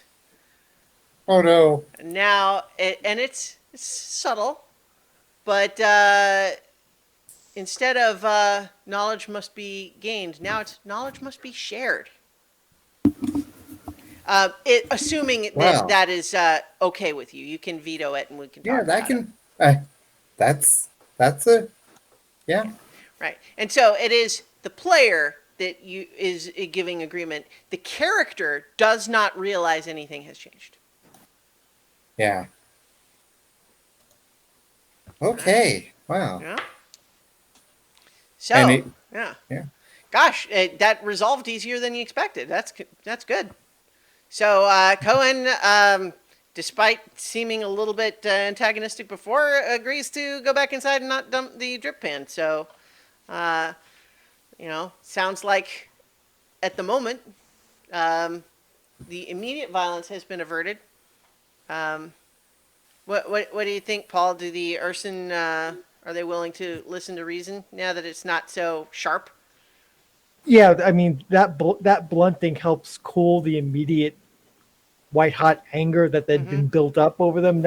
I think David's character's intercession was enough to let cooler heads prevail, at least Right. for the And moment. it doesn't necessarily resolve the underlying problem, but at the Right. moment, they're no longer looking to go hit someone with a shovel. Right. All right, cool. Okay, so that I would say then, if the question of our scene was, will they resort to violence? It sounds like the answer is actually no this time, for now. So that concludes our scene, and now what happens is those of us in audience mode, and that's again it's me, Lee, and Paul, are going to determine whether or not Sasha and Calvin confronted their beliefs. So Sasha's beliefs that are open for this. One thing, Nobilis, for Sasha, just as a reminder, if it comes up, I don't know that your conviction was especially applicable here, but if, for example, we had family, including found family, is paramount now, if we had said that applies to the conflict, you get an extra die for that. Right. Yeah. So, but in this case, large settlements are dangerous. What do you guys think about, was that, confronted, examined, challenged in any way? I mean, in some ways, the idea that this sort of dispute. I think it illustrated it. I don't think it, Well, and that's fine. It doesn't have to be challenged in a way of like making you question it necessarily. If you feel like this is all the more reason you would feel that way, right? Like that counts. Yeah, because the Ursa are a fairly recent addition to the settlement. The settlement is growing, and so this might be this butting up of heads between the newcomers and the people who've been here for a while. How are things done? How can let's just keep on how we've always done it, or do we force to improve? And that kind of conflict, I think that the large settlements are dangerous was highlighted. Maybe. I concur. Yeah. All right. What about lone wolves starve? Does that seem like it plays into here? I'm thinking don't maybe think not so. as much. No. No, I don't think so. Because the lone wolf starve is, if you're not a group player, then I believe that like the underlying translation of that is basically if you're not gonna play on the team, then Sasha just doesn't have time for you. Well, it's both, right? It's that, Yeah. but it's from both sides. It's the idea of you don't want to be a lone wolf because you'll starve, but also the implication of if someone is a lone wolf, they deserve it. Yeah, and I Or really don't It doesn't see even that. have to be deserve it. It could just be that's what will happen as opposed to Yeah, deserve. I don't really see that no. coming into play. I think you could probably make an argument for it, but I don't. Personally speaking, I don't see it really coming into play that much here. I tend to agree. Do you agree, Paul? Yeah, unless you have a sort of think that the Ursa are the lone wolves here because they're acting Well, out of the I- community. I That's don't- but it's really I don't I feel like really that's a buy it, stretch. but that's the devil's advocate position. Yeah. So let's go ahead and say, Nobilis, you can have one point of insight there, and you Okay. just mark it like that first one, like to the right of the the growth spot, and you go around clockwise. So what about for Calvin? Calvin's beliefs are knowledge must be shared, and lives are not currency.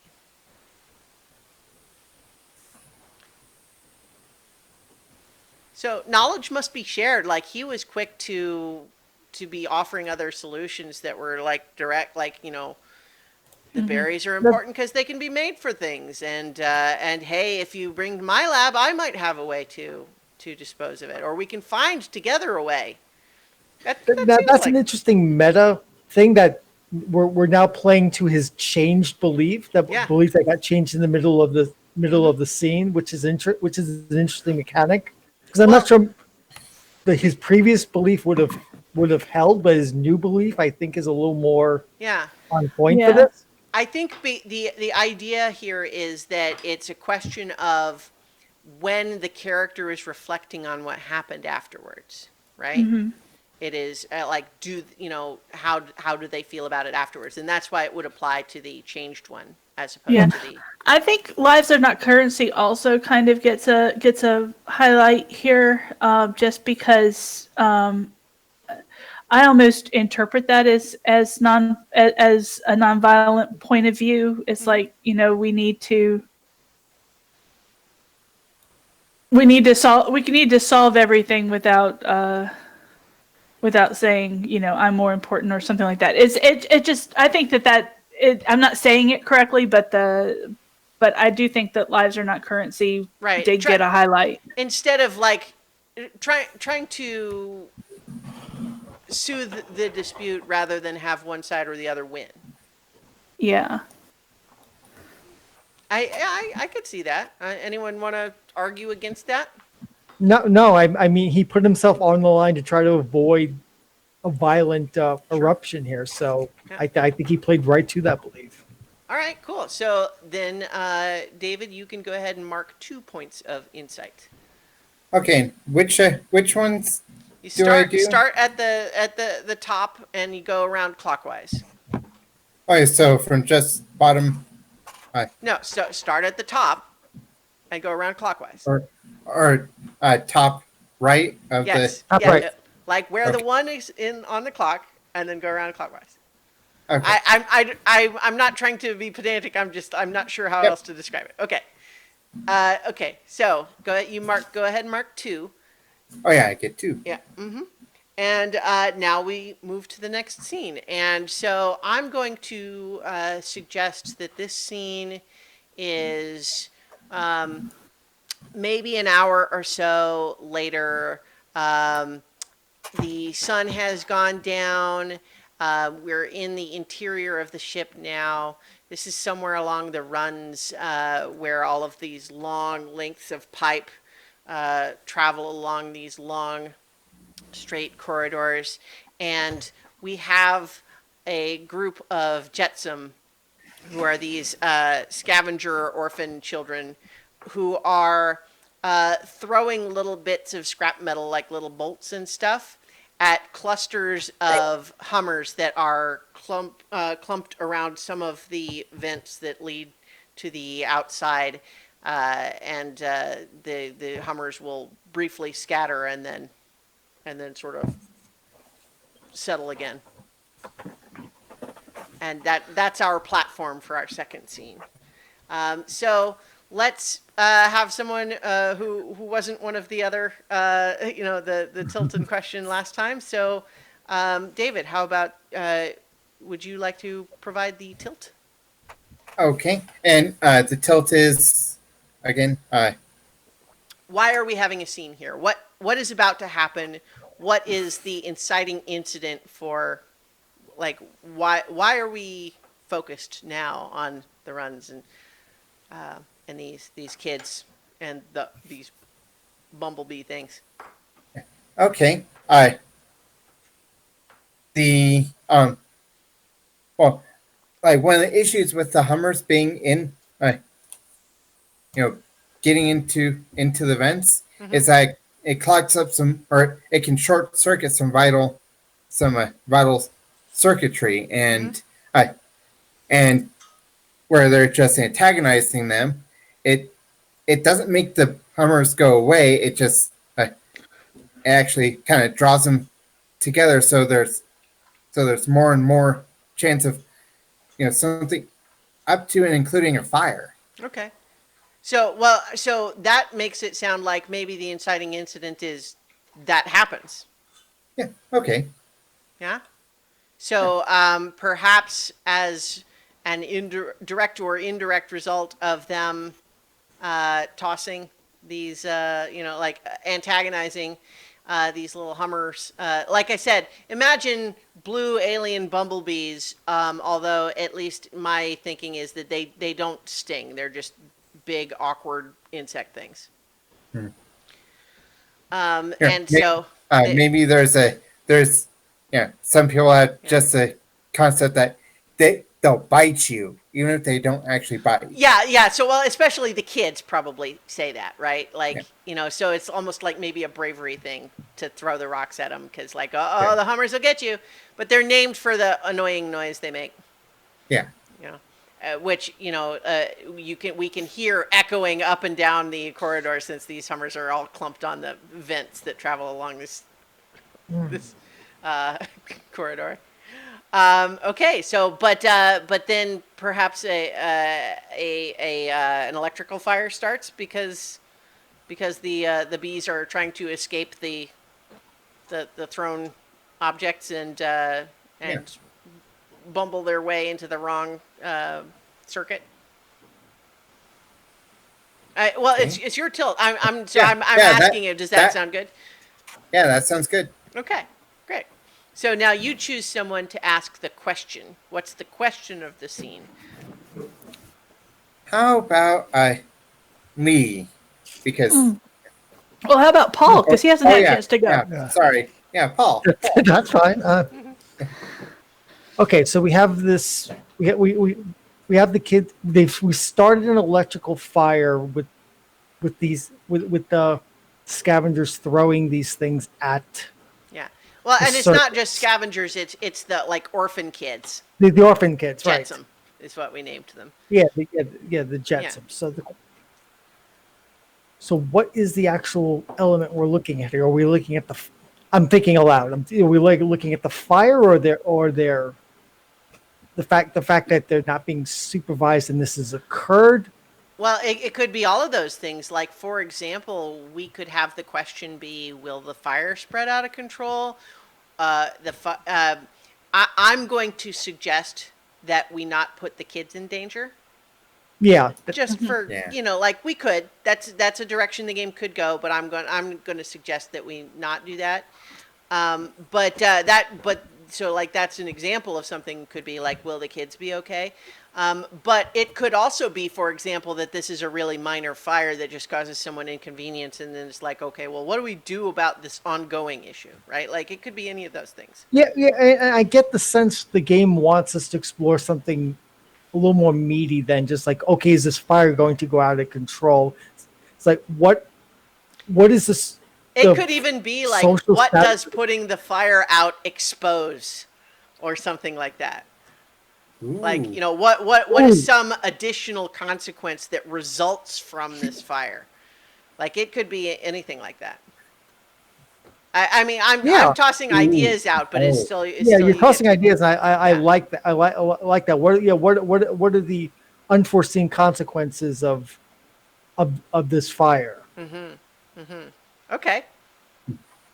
That's really vague. Well, I mean, when it comes to what will it expose, maybe things like,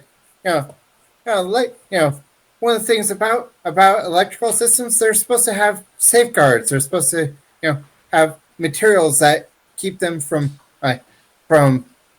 catching fire as easily.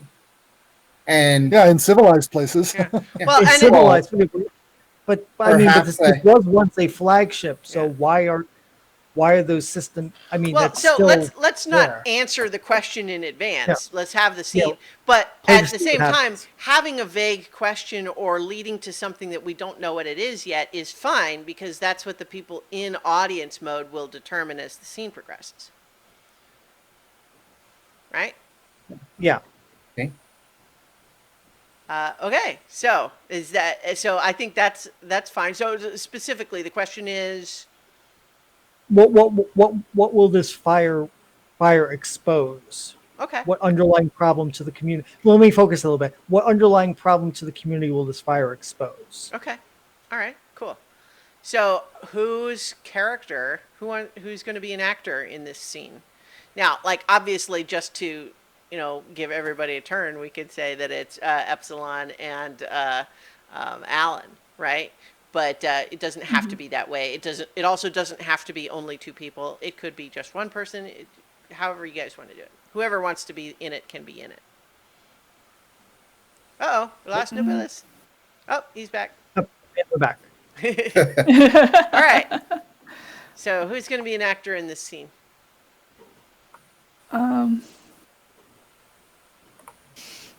I think I honestly think it makes sense for Epsilon to be there. Okay. Just because she is a salvager. She has experience with demolitions and starting and containing fires. All right.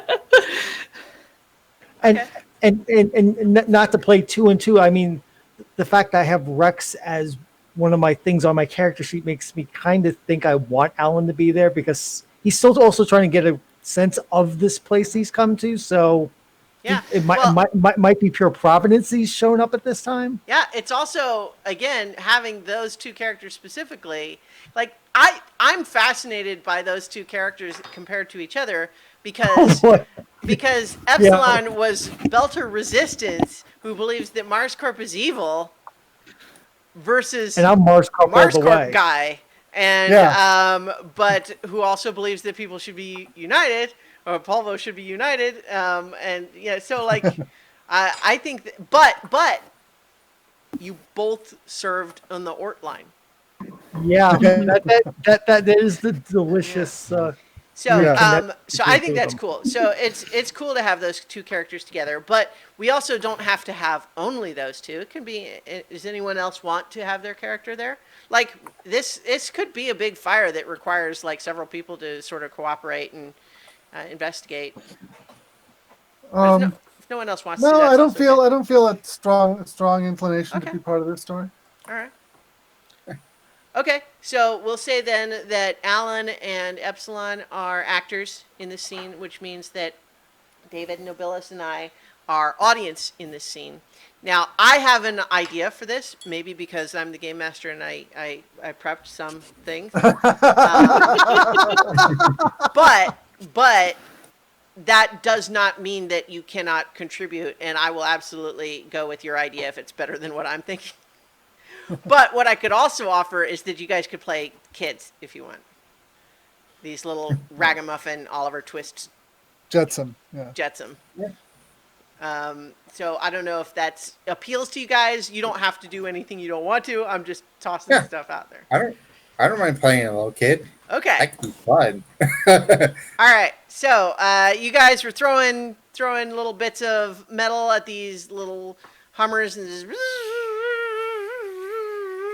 but then all of a sudden, as they're clumping back around one of the vent, you hear pop, and a little hiss of white smoke starts coming out of one of those vents. Uh-oh. What do we do? The smoke is still going. It's actually getting bigger. We need to get some help. I'm gonna go get some help. All right. So you run. Where do we have Epsilon and Alan?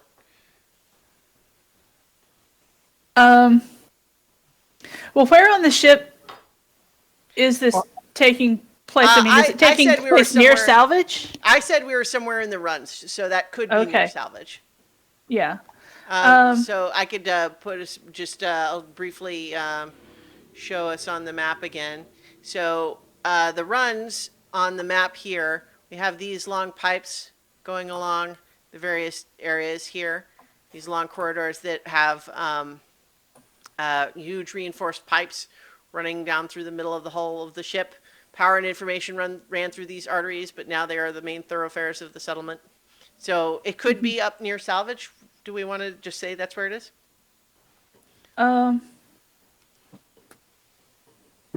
I'm trying to figure out where it makes sense for it to be, but I mean, it could be anywhere. Yeah. Like, I mean, Yeah. like it doesn't. I mean, we don't have to establish why it makes sense that Epsilon would have been within 30 yards of this or something. Like, we can just say, oh, she Okay. was on her way to the thing, and It could, Okay. it could be a random business that happens set up in a spot that she's at. Okay. Yeah, that's fine. She was on her way to do a thing, and the kid just kind of barrels into her legs. okay, yeah, There's a fire! A fire! This way! Okay. And so she'll take the kid by the head and let him lead her over there, keeping an eye out for like the fire suppression alarms and stuff Huh. that have been going off like crazy since these bugs have moved in. yeah. They may have even been turned off. Well, that could be. Yeah, no, I kind of like that idea. Yeah. All right. So, and so he just pulls her along, running as fast as he can. Yeah. So certainly, are the other kids hanging around? You think, or like were they all just standing there watching this fire get worse? I think they probably scattered. Well, so you're actor mode. I'm asking Yeah. audience mode. Nobilis. No, yeah, the rest of the kids have absolutely scattered. You know, Yeah. They don't want to get blamed for this. Fair. Here. Yeah. Okay. Yeah. I mean, this one who actually ran for help is the responsible one of the bunch. Okay. So what about Alan? Where is he in this? I think he's coming from the opposite direction. He's coming up the runs from the opposite direction that David's urchin ran to find Lee's character. And so I see one of these kids run by me. I go, wait, what? And then I see in the corner of my eye something, the smoke starting to come up. So I start moving towards it. Right. Okay. So you both kind of arrive there. You see that coming out of this particular vent, first of all, there's Hummers buzzing kind of angrily everywhere, making their awful little noise, and but there's smoke coming out of this particular vent.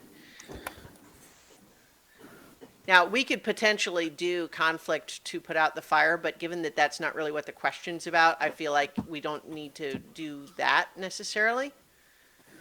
But so what would be your next steps, though?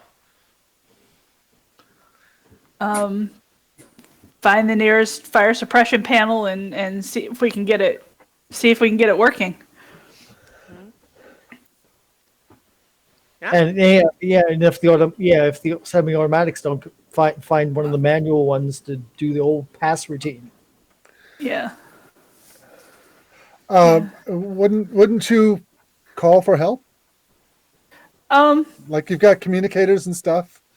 Yeah, probably I would probably report in the fact that there's a fire on that particular corridor, but I mean I have a feeling if these have been going on so much, it's pretty much a routine thing to put them out. I mean they've been happening off and on for like the last 6 months or so. Yeah.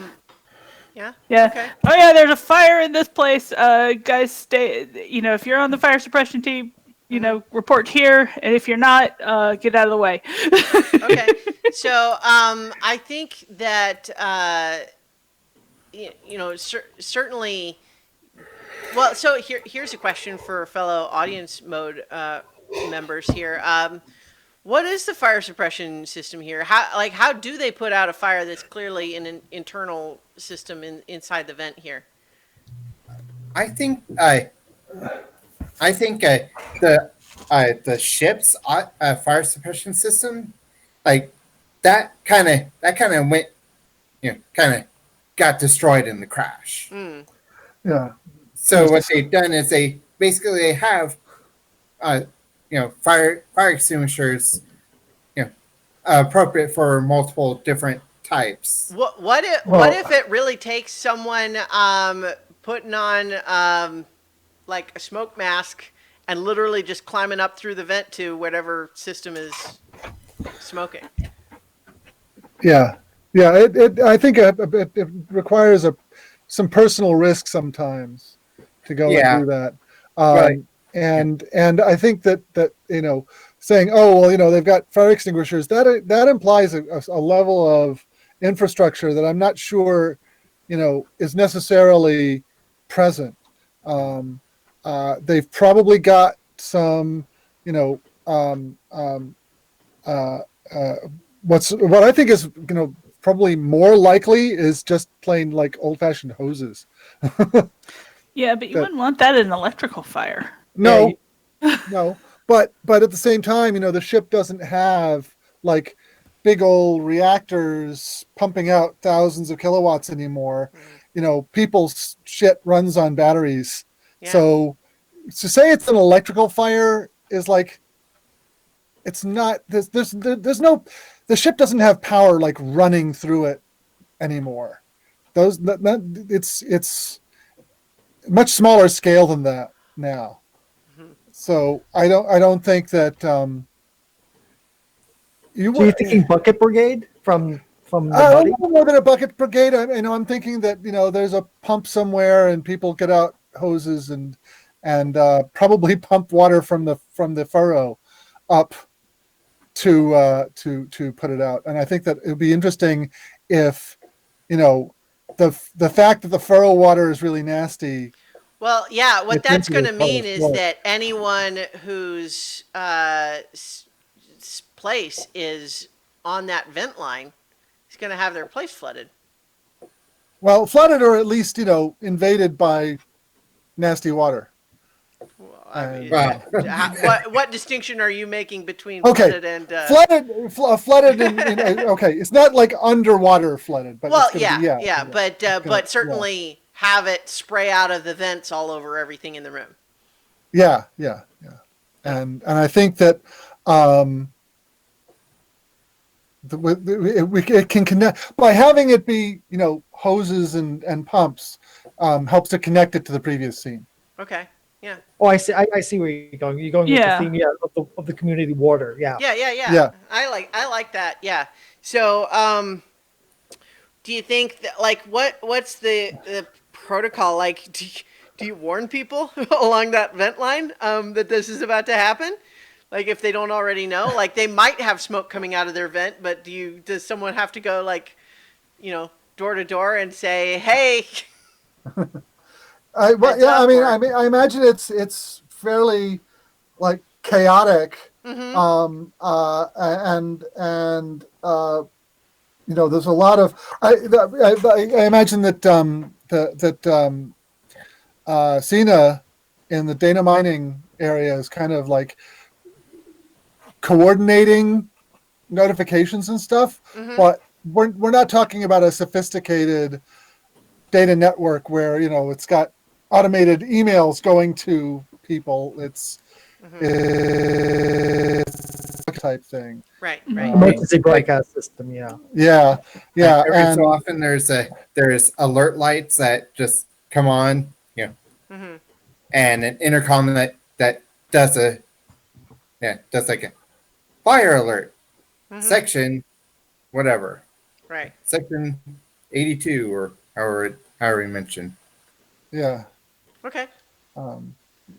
and just rely on the people in that area to react appropriately. Hopefully. Okay. I bet that there's probably some without electronics to sort of control these things, I would think that there's got to be someone whose job is to be not the marshal. What do they call the person who puts on the safety vest and does the little checklist? Safety coordinator. Safety warden. Yeah, warden. So basically, there's probably someone whose job it is, someone who's in that section who knows all the people that are along that line, who what they would do is basically account for everybody who's in there. Because Yeah. I would think we, as established this water, like I feel like what if someone was asleep or sick or something like that, right? Like you don't want to spray this all over them if they haven't just gotten out in time. Would Hmm. what do you, so especially given that this fire, like, it's clearly a problem, like it has to be put out, but it's also not necessarily a dire emergency. Like, you know what I mean? Like it's not like what must be extinguished Yeah. immediately at any cost. It's more like maybe there's time to make sure people are cool. What do you guys think, fellow audience members? So here's the basically this question is like, is this something where the hoses get turned on regardless of whether everybody's out, or do you wait for everyone to get out first? I I don't think that I think they send out like a warning that an alarm that a particular section needs to be evacuated. But Okay. if people don't listen to the warning, I mean, neighbors look out for each other rather than some central authority waiting for the feedback to come. You know Okay. what I mean? Okay. Yeah. Mhm. Yeah. Okay.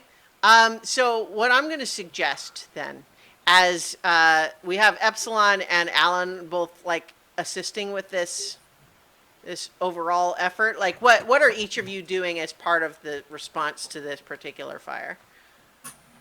Um,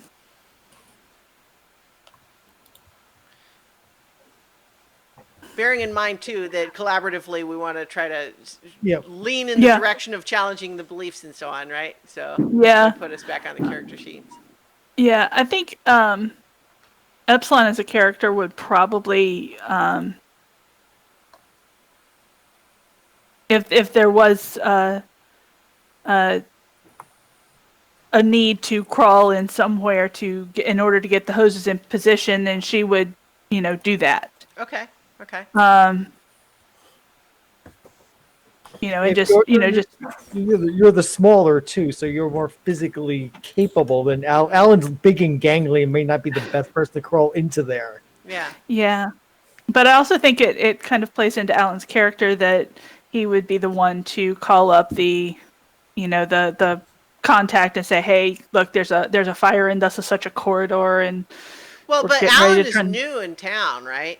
Yeah. He would he know everything already? Not I mean, necessarily. he might be exactly the sort of nerd who memorizes the safety manual on the first night there. I mean, I don't want to put that He has on your served- character. I'm asking. He has served on a ship, so Well, yeah, but I mean, he knows a about ship in he good knows about operating orders. protocol. Yeah, Yeah. the question is whether he has had the time to memorize everything. Yeah. Well, so Yeah. has he? I don't think he's had the time to, but he's going to do it. Going to try his best anyway, Okay. because that's what you do. It's like we have to pull together as a community. So he's going to step up, even if he's not entirely sure who he should be talking to, because Okay. he's just going to do. Besides Lee's character's doing her part, he has to do his part. We have to work. We have to work as a community together, even if he's not quite certain of where he's actually needs to do. So, if Epsilon's going to crawl in there, he's going to go find the safety coordinator. Okay. So I think that hang on, I'm changing one thing here. So I think what happens is that you guys are in the process of getting ready to do this. I think Epsilon, maybe you're getting you're basically ready to go in there with the hose and actually try to track down, like, where am I actually pointing it specifically, right? Okay, let's back up. Nobila, so the hoses and everything was kind of your idea. Are you thinking that it would literally just be hooked up to the vent on one end and nobody climbs in there? It's just like you literally just fill that entire vent line, or were you thinking it was more directed than that? I think you might try and track down where it is and find which vents would be the most efficient place to spray it. But I mean, Right. maybe it's not the kind of thing that that there's a huge amount of expertise. I mean, we're all like figuring this stuff out as we go along. Mm-hmm. There isn't a manual on fighting fires in a derelict ship that's been, Yeah. been half salvaged There's a for lot 20 of years. figuring it out. So, okay. So, it sounds like Epsilon is prepared to take the hose and climb in there and try to find where to point the hose at. Yeah. Is that, And is that, people are coming up with, they've got their, like, their pump installed, and they've run the hose out, a porthole or whatever, that down to the furrow, and they're assembling the pieces that will go in there. So I guess what I'm going to be is like the crowd of background people, okay. kind of doing the other things that need doing in the fighting of this fire. Sure. Well, But, so I'm going to suggest that we're kind of stretching this scene out longer maybe than it needs to be. Yeah. Not that I don't think all of this information is interesting, but the question was what is exposed, right? Not Yeah. not So- how do we fight the fire, but what is exposed by the fire. I think it would be interesting if somebody's got something in their room, in their space, that gets like flushed out into the runs as a Yeah, result of well, the water. I mean, that's very much along the lines of what I was kind of thinking. So, so how about this?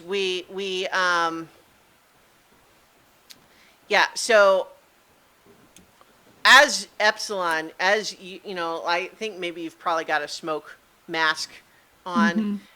You're squirming through the vents, following the trail of smoke, where trying to find the source of it. And as you're going through, you're finding that there are a lot of the Hummers. They weren't just clustered on the outside; like they're all through this line. There's a bunch of them. And in fact, as you're starting to crawl along, you have found one place where they were, like, you see down one path is clearly where the smoke is coming from. That's where like the short was. But down the other path, there's just thousands of these things, like clumped, like like bee swarm around wow. one particular Oh, boy. opening. So you are in there with the hose, and you're seeing that. But in the meantime, Alan, you're out there, coordinating when? What are you doing? I was looking for the safety coordinator to make sure that everybody who's in this Okay. section is Yeah. going to be So ready for it. I think someone is saying, "Don't start the hoses yet. Cross is still in his lab."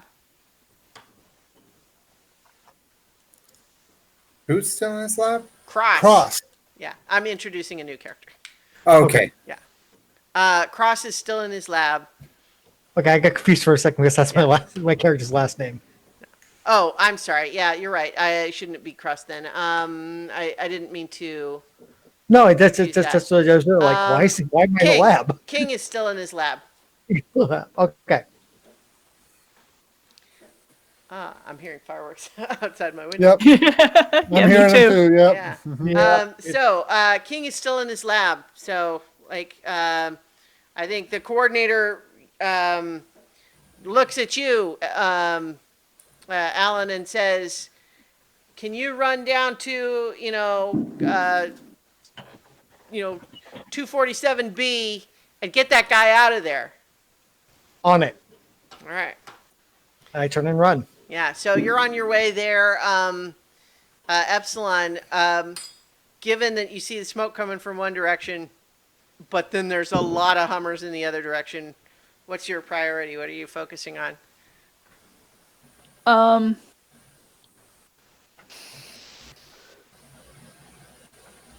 Is the smoke making them more agitated? Um, Or is it acting like smoke does on bees and calming them down? I think that they Or don't. repels them. Yeah, Are they avoiding it? Ooh, Well, that's so that's an idea. Here's a yeah. Let's. I'm going to put that to my fellow audience members. What do you guys think? What is the smoke doing to these Hummers? I It, think I think it'd be cool if it actually like if it attracted them. Like they don't react to smoke the way terrestrial insects do. Okay, yeah. Right? And maybe that's part of why these things are like a menace, despite seeming innocuous otherwise, is that like they accidentally start these fires and then just cluster around. But I think so then to slightly retcon what you see, Epsilon, is you see where the smoke's coming from, but you also see just this constant stream of Hummers heading towards it from somewhere, from the other way. Oh wow. And it's so many that they had to have been in the vent already. Mm-hmm.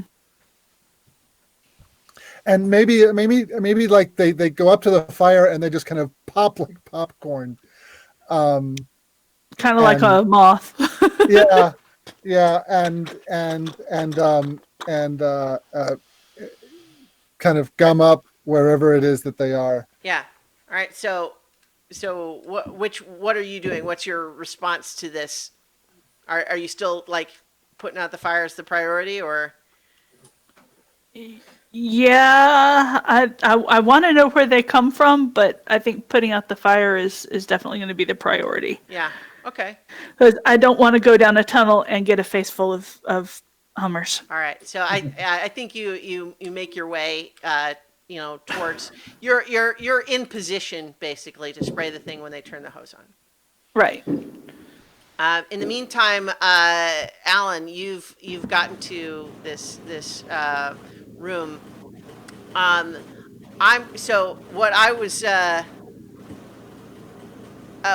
going to suggest, my idea, but I'm going to offer it to one of our audience members to actually play King here, is that he basically has a secret science experiment that he doesn't want anyone to see, and that's what Yeah. that's what he is Dun, like. dun, He hasn't come out yet because he's basically trying to protect it somehow. Like maybe he's worried that it'll get ruined by the whatever, but he also doesn't want to just take it outside where everyone would see. Or And it's an experiment involving Hummers. Nobilis, you want to take it? Take this one? Take what? to play the playing- NPC. Oh, sure. Uh,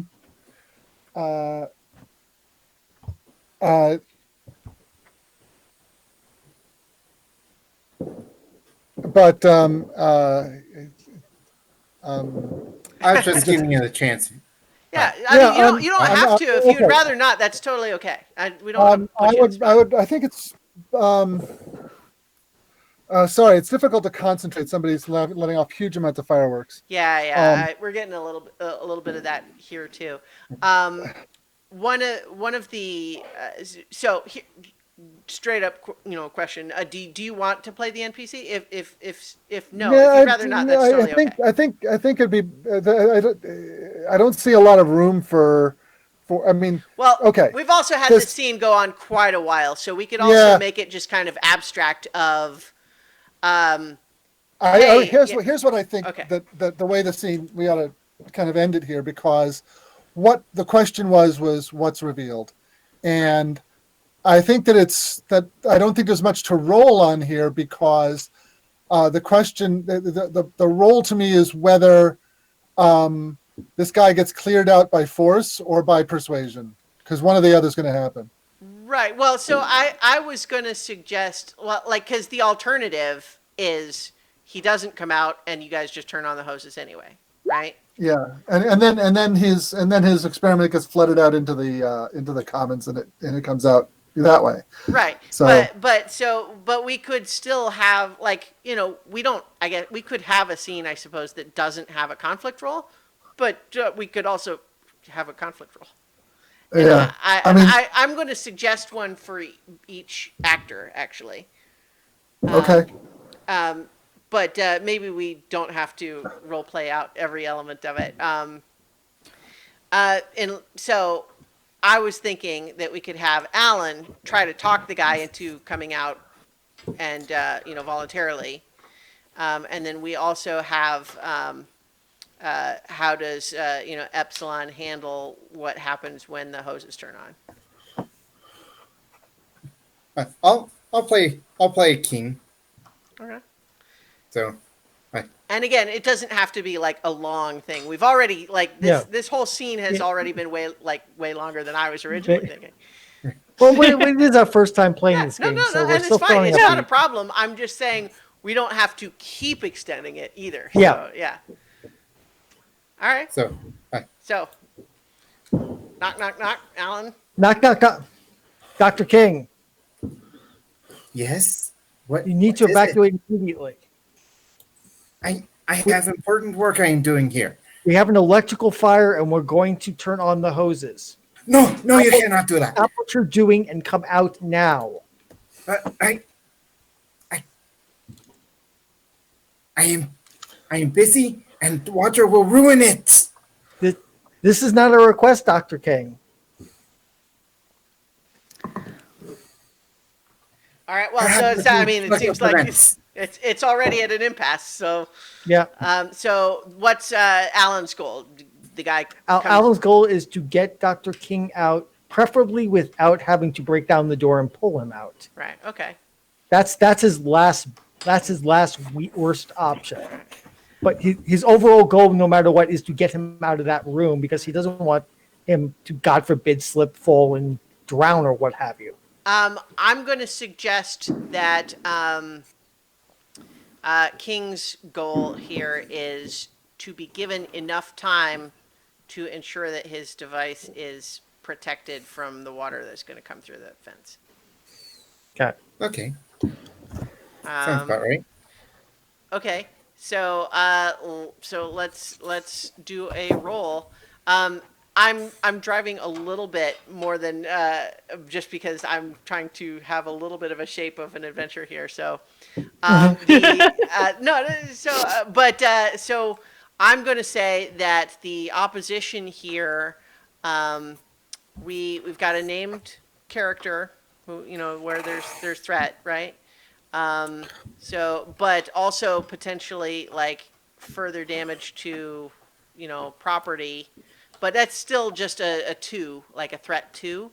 But I'm going to say that there is 3 vector dice Ooh, in this circumstance.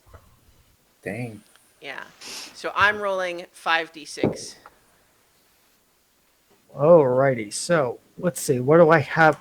I'm not exactly the face of this group, so this is interesting. Well, I mean, like it's more like applicable background experience. It's not necessarily. Rex definitely applies. We're in a wreck. Hierarchy. Hierarchy, yes, because he's appealing like you must do this. Yes, Yeah. Thank you, Lee. You're trying to talk him into potentially sacrificing his project. Right, because he talked about that. Yes, thank you, David. So that's 3 dice. I think that's. I mean, he's trying to avoid violence. Sacrifice. Violence So David was just suggesting sacrifices from Ortline, of Yeah. what you were willing to give up. Yeah. So that would be. So if you've got Rex and hierarchy and sacrifice, right? Then there's I mean, Could you argue refugees? and you're also kind of threatening that like you're going to have to drag him out otherwise, right? You'd call that violence. Okay, so that's 4 dice. Well, so you start with 1 and you're adding 4, right? Okay, so 5 dice. Yeah. All right. So it's 5 versus 5. I got a 14 that time, which is lower. Whoa! Look at that. Grenade. So you got a 26, which so that means you persuade him after all that he needs to just come right now. Well, you get to narrate it. So you narrate how that all goes. Do mark 1 point of strain because you won the conflict. I did mark the conflict. So yeah, so apparently I didn't need to in the end resort to violence or the threat of violence. My Stentorian Martian officer voice was enough to shake the good doctor into actually coming out now and under penalty of injury or whatnot without actually lifting a finger. I guess I used the air of command and authority to actually get him to actually do what I wanted. Yeah. All right. Cool. So he does come out, you know, maybe clutching armfuls of papers and a few specific small gizmos, but looks not like everything he wanted. But Epsilon, you're up there in the vents. You've been given the go ahead. But what I'm gonna be here, this conflict is representing, like, you know, the threat in this situation, right? So your goal is to put out the fire, right? Right. Do you want to modify that or have your goal be different or more complex or anything like that? No, I don't. I don't think so. Because we've established that the Hummers don't sting. Yeah. So, and I'm probably already covered in bugs anyway. Yeah, I think there's a bunch. Yeah. So, So- what I'm going to suggest is when the hose starts, these things go crazy and they're just like, they're sort of like panicked, bumbling all over the place. And it's basically like, it's hard to see or move because you're in a swarm of little buzzing bumble things going all over the place, like the whole Yeah. vent's full of them. Okay. So basically, in this circumstance, you're going to roll based on like whatever you have that you feel like would help in that circumstance, right? And I'm going to be rolling. There's no named characters at threat other than I guess you, right? So yeah, that counts. So 2, and then again, so it's basically I'm rolling 5d6 also. You know, Okay. For the same reason. Okay. So I think I can make an argument for repairs under Ortline, Yeah. Yeah. coordination under builders, and then war salvage under salvagers. Because because the ship is salvage. Well, this is all of us in the audience mode able to rule on this. What do you guys think? War salvage apply? Well, I'm thinking it's more like salvage from Belter because that, you know, when you're salvaging something, you got to know how to put out a fire. You know, it's like, you know, fires are just a risk of the you know, a standard risk in my mind. I would almost give violence in this circumstance because you're sort of like you're dealing with like this is a violent action sort of struggling through this like swarm of Hummers. Yeah. Okay. So I'll agree with salvage under Belter, Okay. and then violence. I probably have it under multiple people. No, it's only under Crescendo. Yeah. Yeah. So I think that works. Okay. So what have you got there? So you've got So that would be salvage. 5 dice total. Yeah. Because I don't think explosive sabotage or hacking No. can qualify, and electronics and barter I don't think qualify either. No, you're right. 5 dice. Okay. All right. So 5 versus 5 again. I got 18.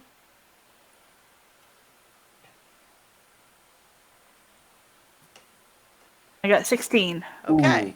Okay. So that's not quite there. You know, you would potentially, the opposition in this case is that you would basically be forced to withdraw the way you came without necessarily putting out the fire. So that's Yeah, so I'm going to take a point of strain okay. and re-roll my 1 and 2. Actually, let me re-roll my 1, 2, and 3. So All right. I'll keep the 6 and I'll keep the 4 for 10. All right. That's a good. Yeah. All right. Let's see those dice. 16 again. Yeah. Yeah. We rolled Okay. 3 2s. Yeah, let me try that one more time. Yeah. You can do it. Gotta put the fire out. All right. Let's see it. Ooh, 20. Okay. Okay. So you don't count. No, you don't no, no, don't I can't count the two, but I did get an 18. So it's an 18, and here's how ties work. It's essentially like you can decide that you win, but it costs you an extra point of strain. Okay. All right. I was So actually you- gonna. I was actually thinking that I win, but the bumblebees are the hummers are bashing into me to the point where everything on the breather is gummed up. Yeah. Well, so in this context, yeah, it's like you do it because you just screw your courage to the sticking point, that sort of thing. Like you managed to get it done, even though this is a really aggressive threat you're dealing with. So you would have so you marked 2 strain to re-roll twice, right? Uh-huh. So now you're And then taking I 2 marked more. another one. No. Two So more? You 2 more. always take 1 when you win, and because of the tie, you take 2 instead of just 1. Okay. So yeah, you'd have 4. Yeah. All right. Me and David are not in a happy place. All right. Well, hey, So here's here as everyone is kind of coming down from the fire being put out and sort of dealing everyone with all of the damage and everything. Now where the Hummers were coming from, Epsilon, and you basically you saw which unit it was where they were coming. Okay. And so I'm going to suggest that everyone kind of comes around, coordinate on that. I'm trying to just move the scene along. Yeah. Basically, when everyone starts trying to say, okay, the fire's out, what's with all these Hummers? I think that's where King says, I don't know what your problem is. It's just an ordinary experiment. Oh shit. oh Foreign boy. language. So I think I'm going to say that's the end of the scene, is what's so answering the question with what's exposed is that this guy is song infected and it's something to do with the Hummers. Okay. Guys, I wish I could hang around for this. It sounds like we just got to a great place, but Well- I'm being called away on an emergency.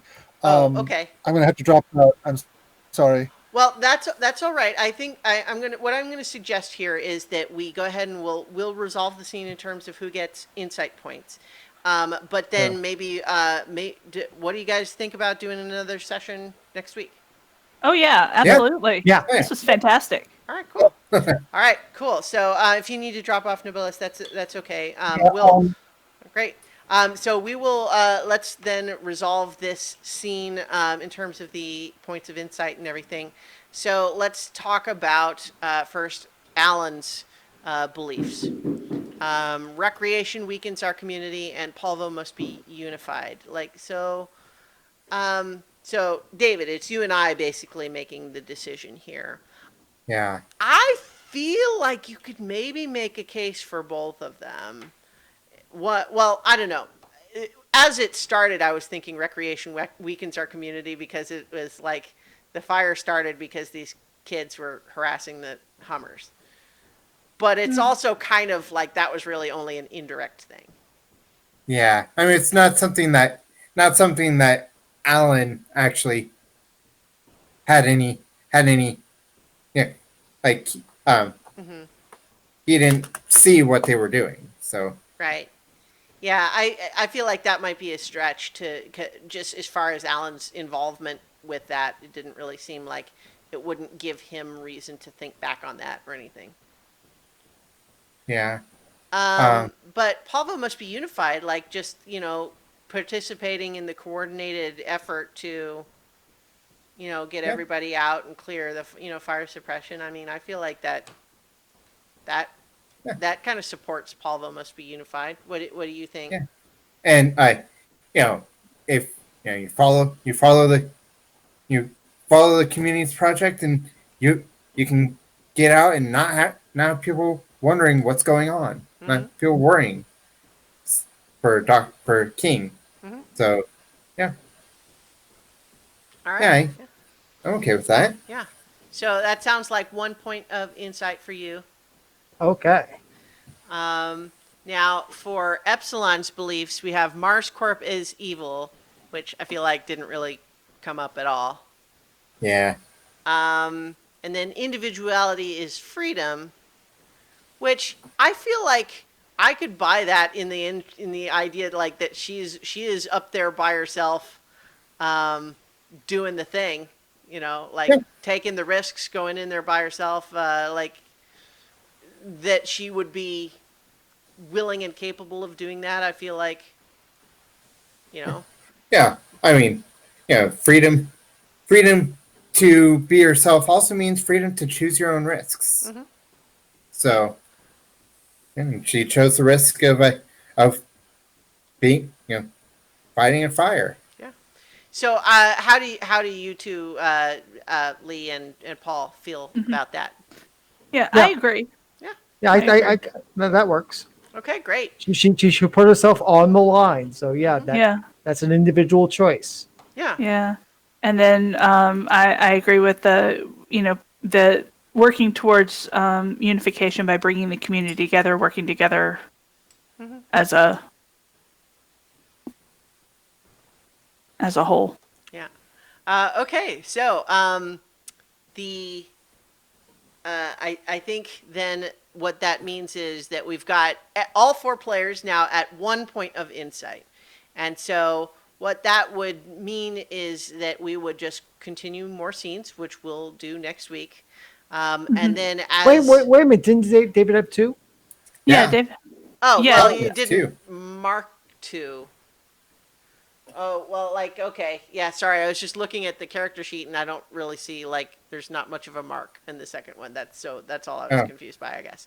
Okay. So, yes, 2 then for Calvin. But so what that means is we would just keep doing more scenes, and you guys are, Epsilon and Calvin both are at 4 stress, so they might be wanting to think, how do we not have so much strain, right? Right? Well, so what that means, the way that's going to work is once you get to 3 points of insight, you get to have a moment of discovery, and that's where you will have an opportunity to reduce your strain, and that's going to gradually be how we do it. But it's also How that going to economy works? Yeah. yeah, exactly. And so we'll keep going, but then of course also if anyone ever gets to 6 strain, someone's going to die. It doesn't have to be the player character. But if it's not the player character, it has to be a named NPC, and there has to be a reason why.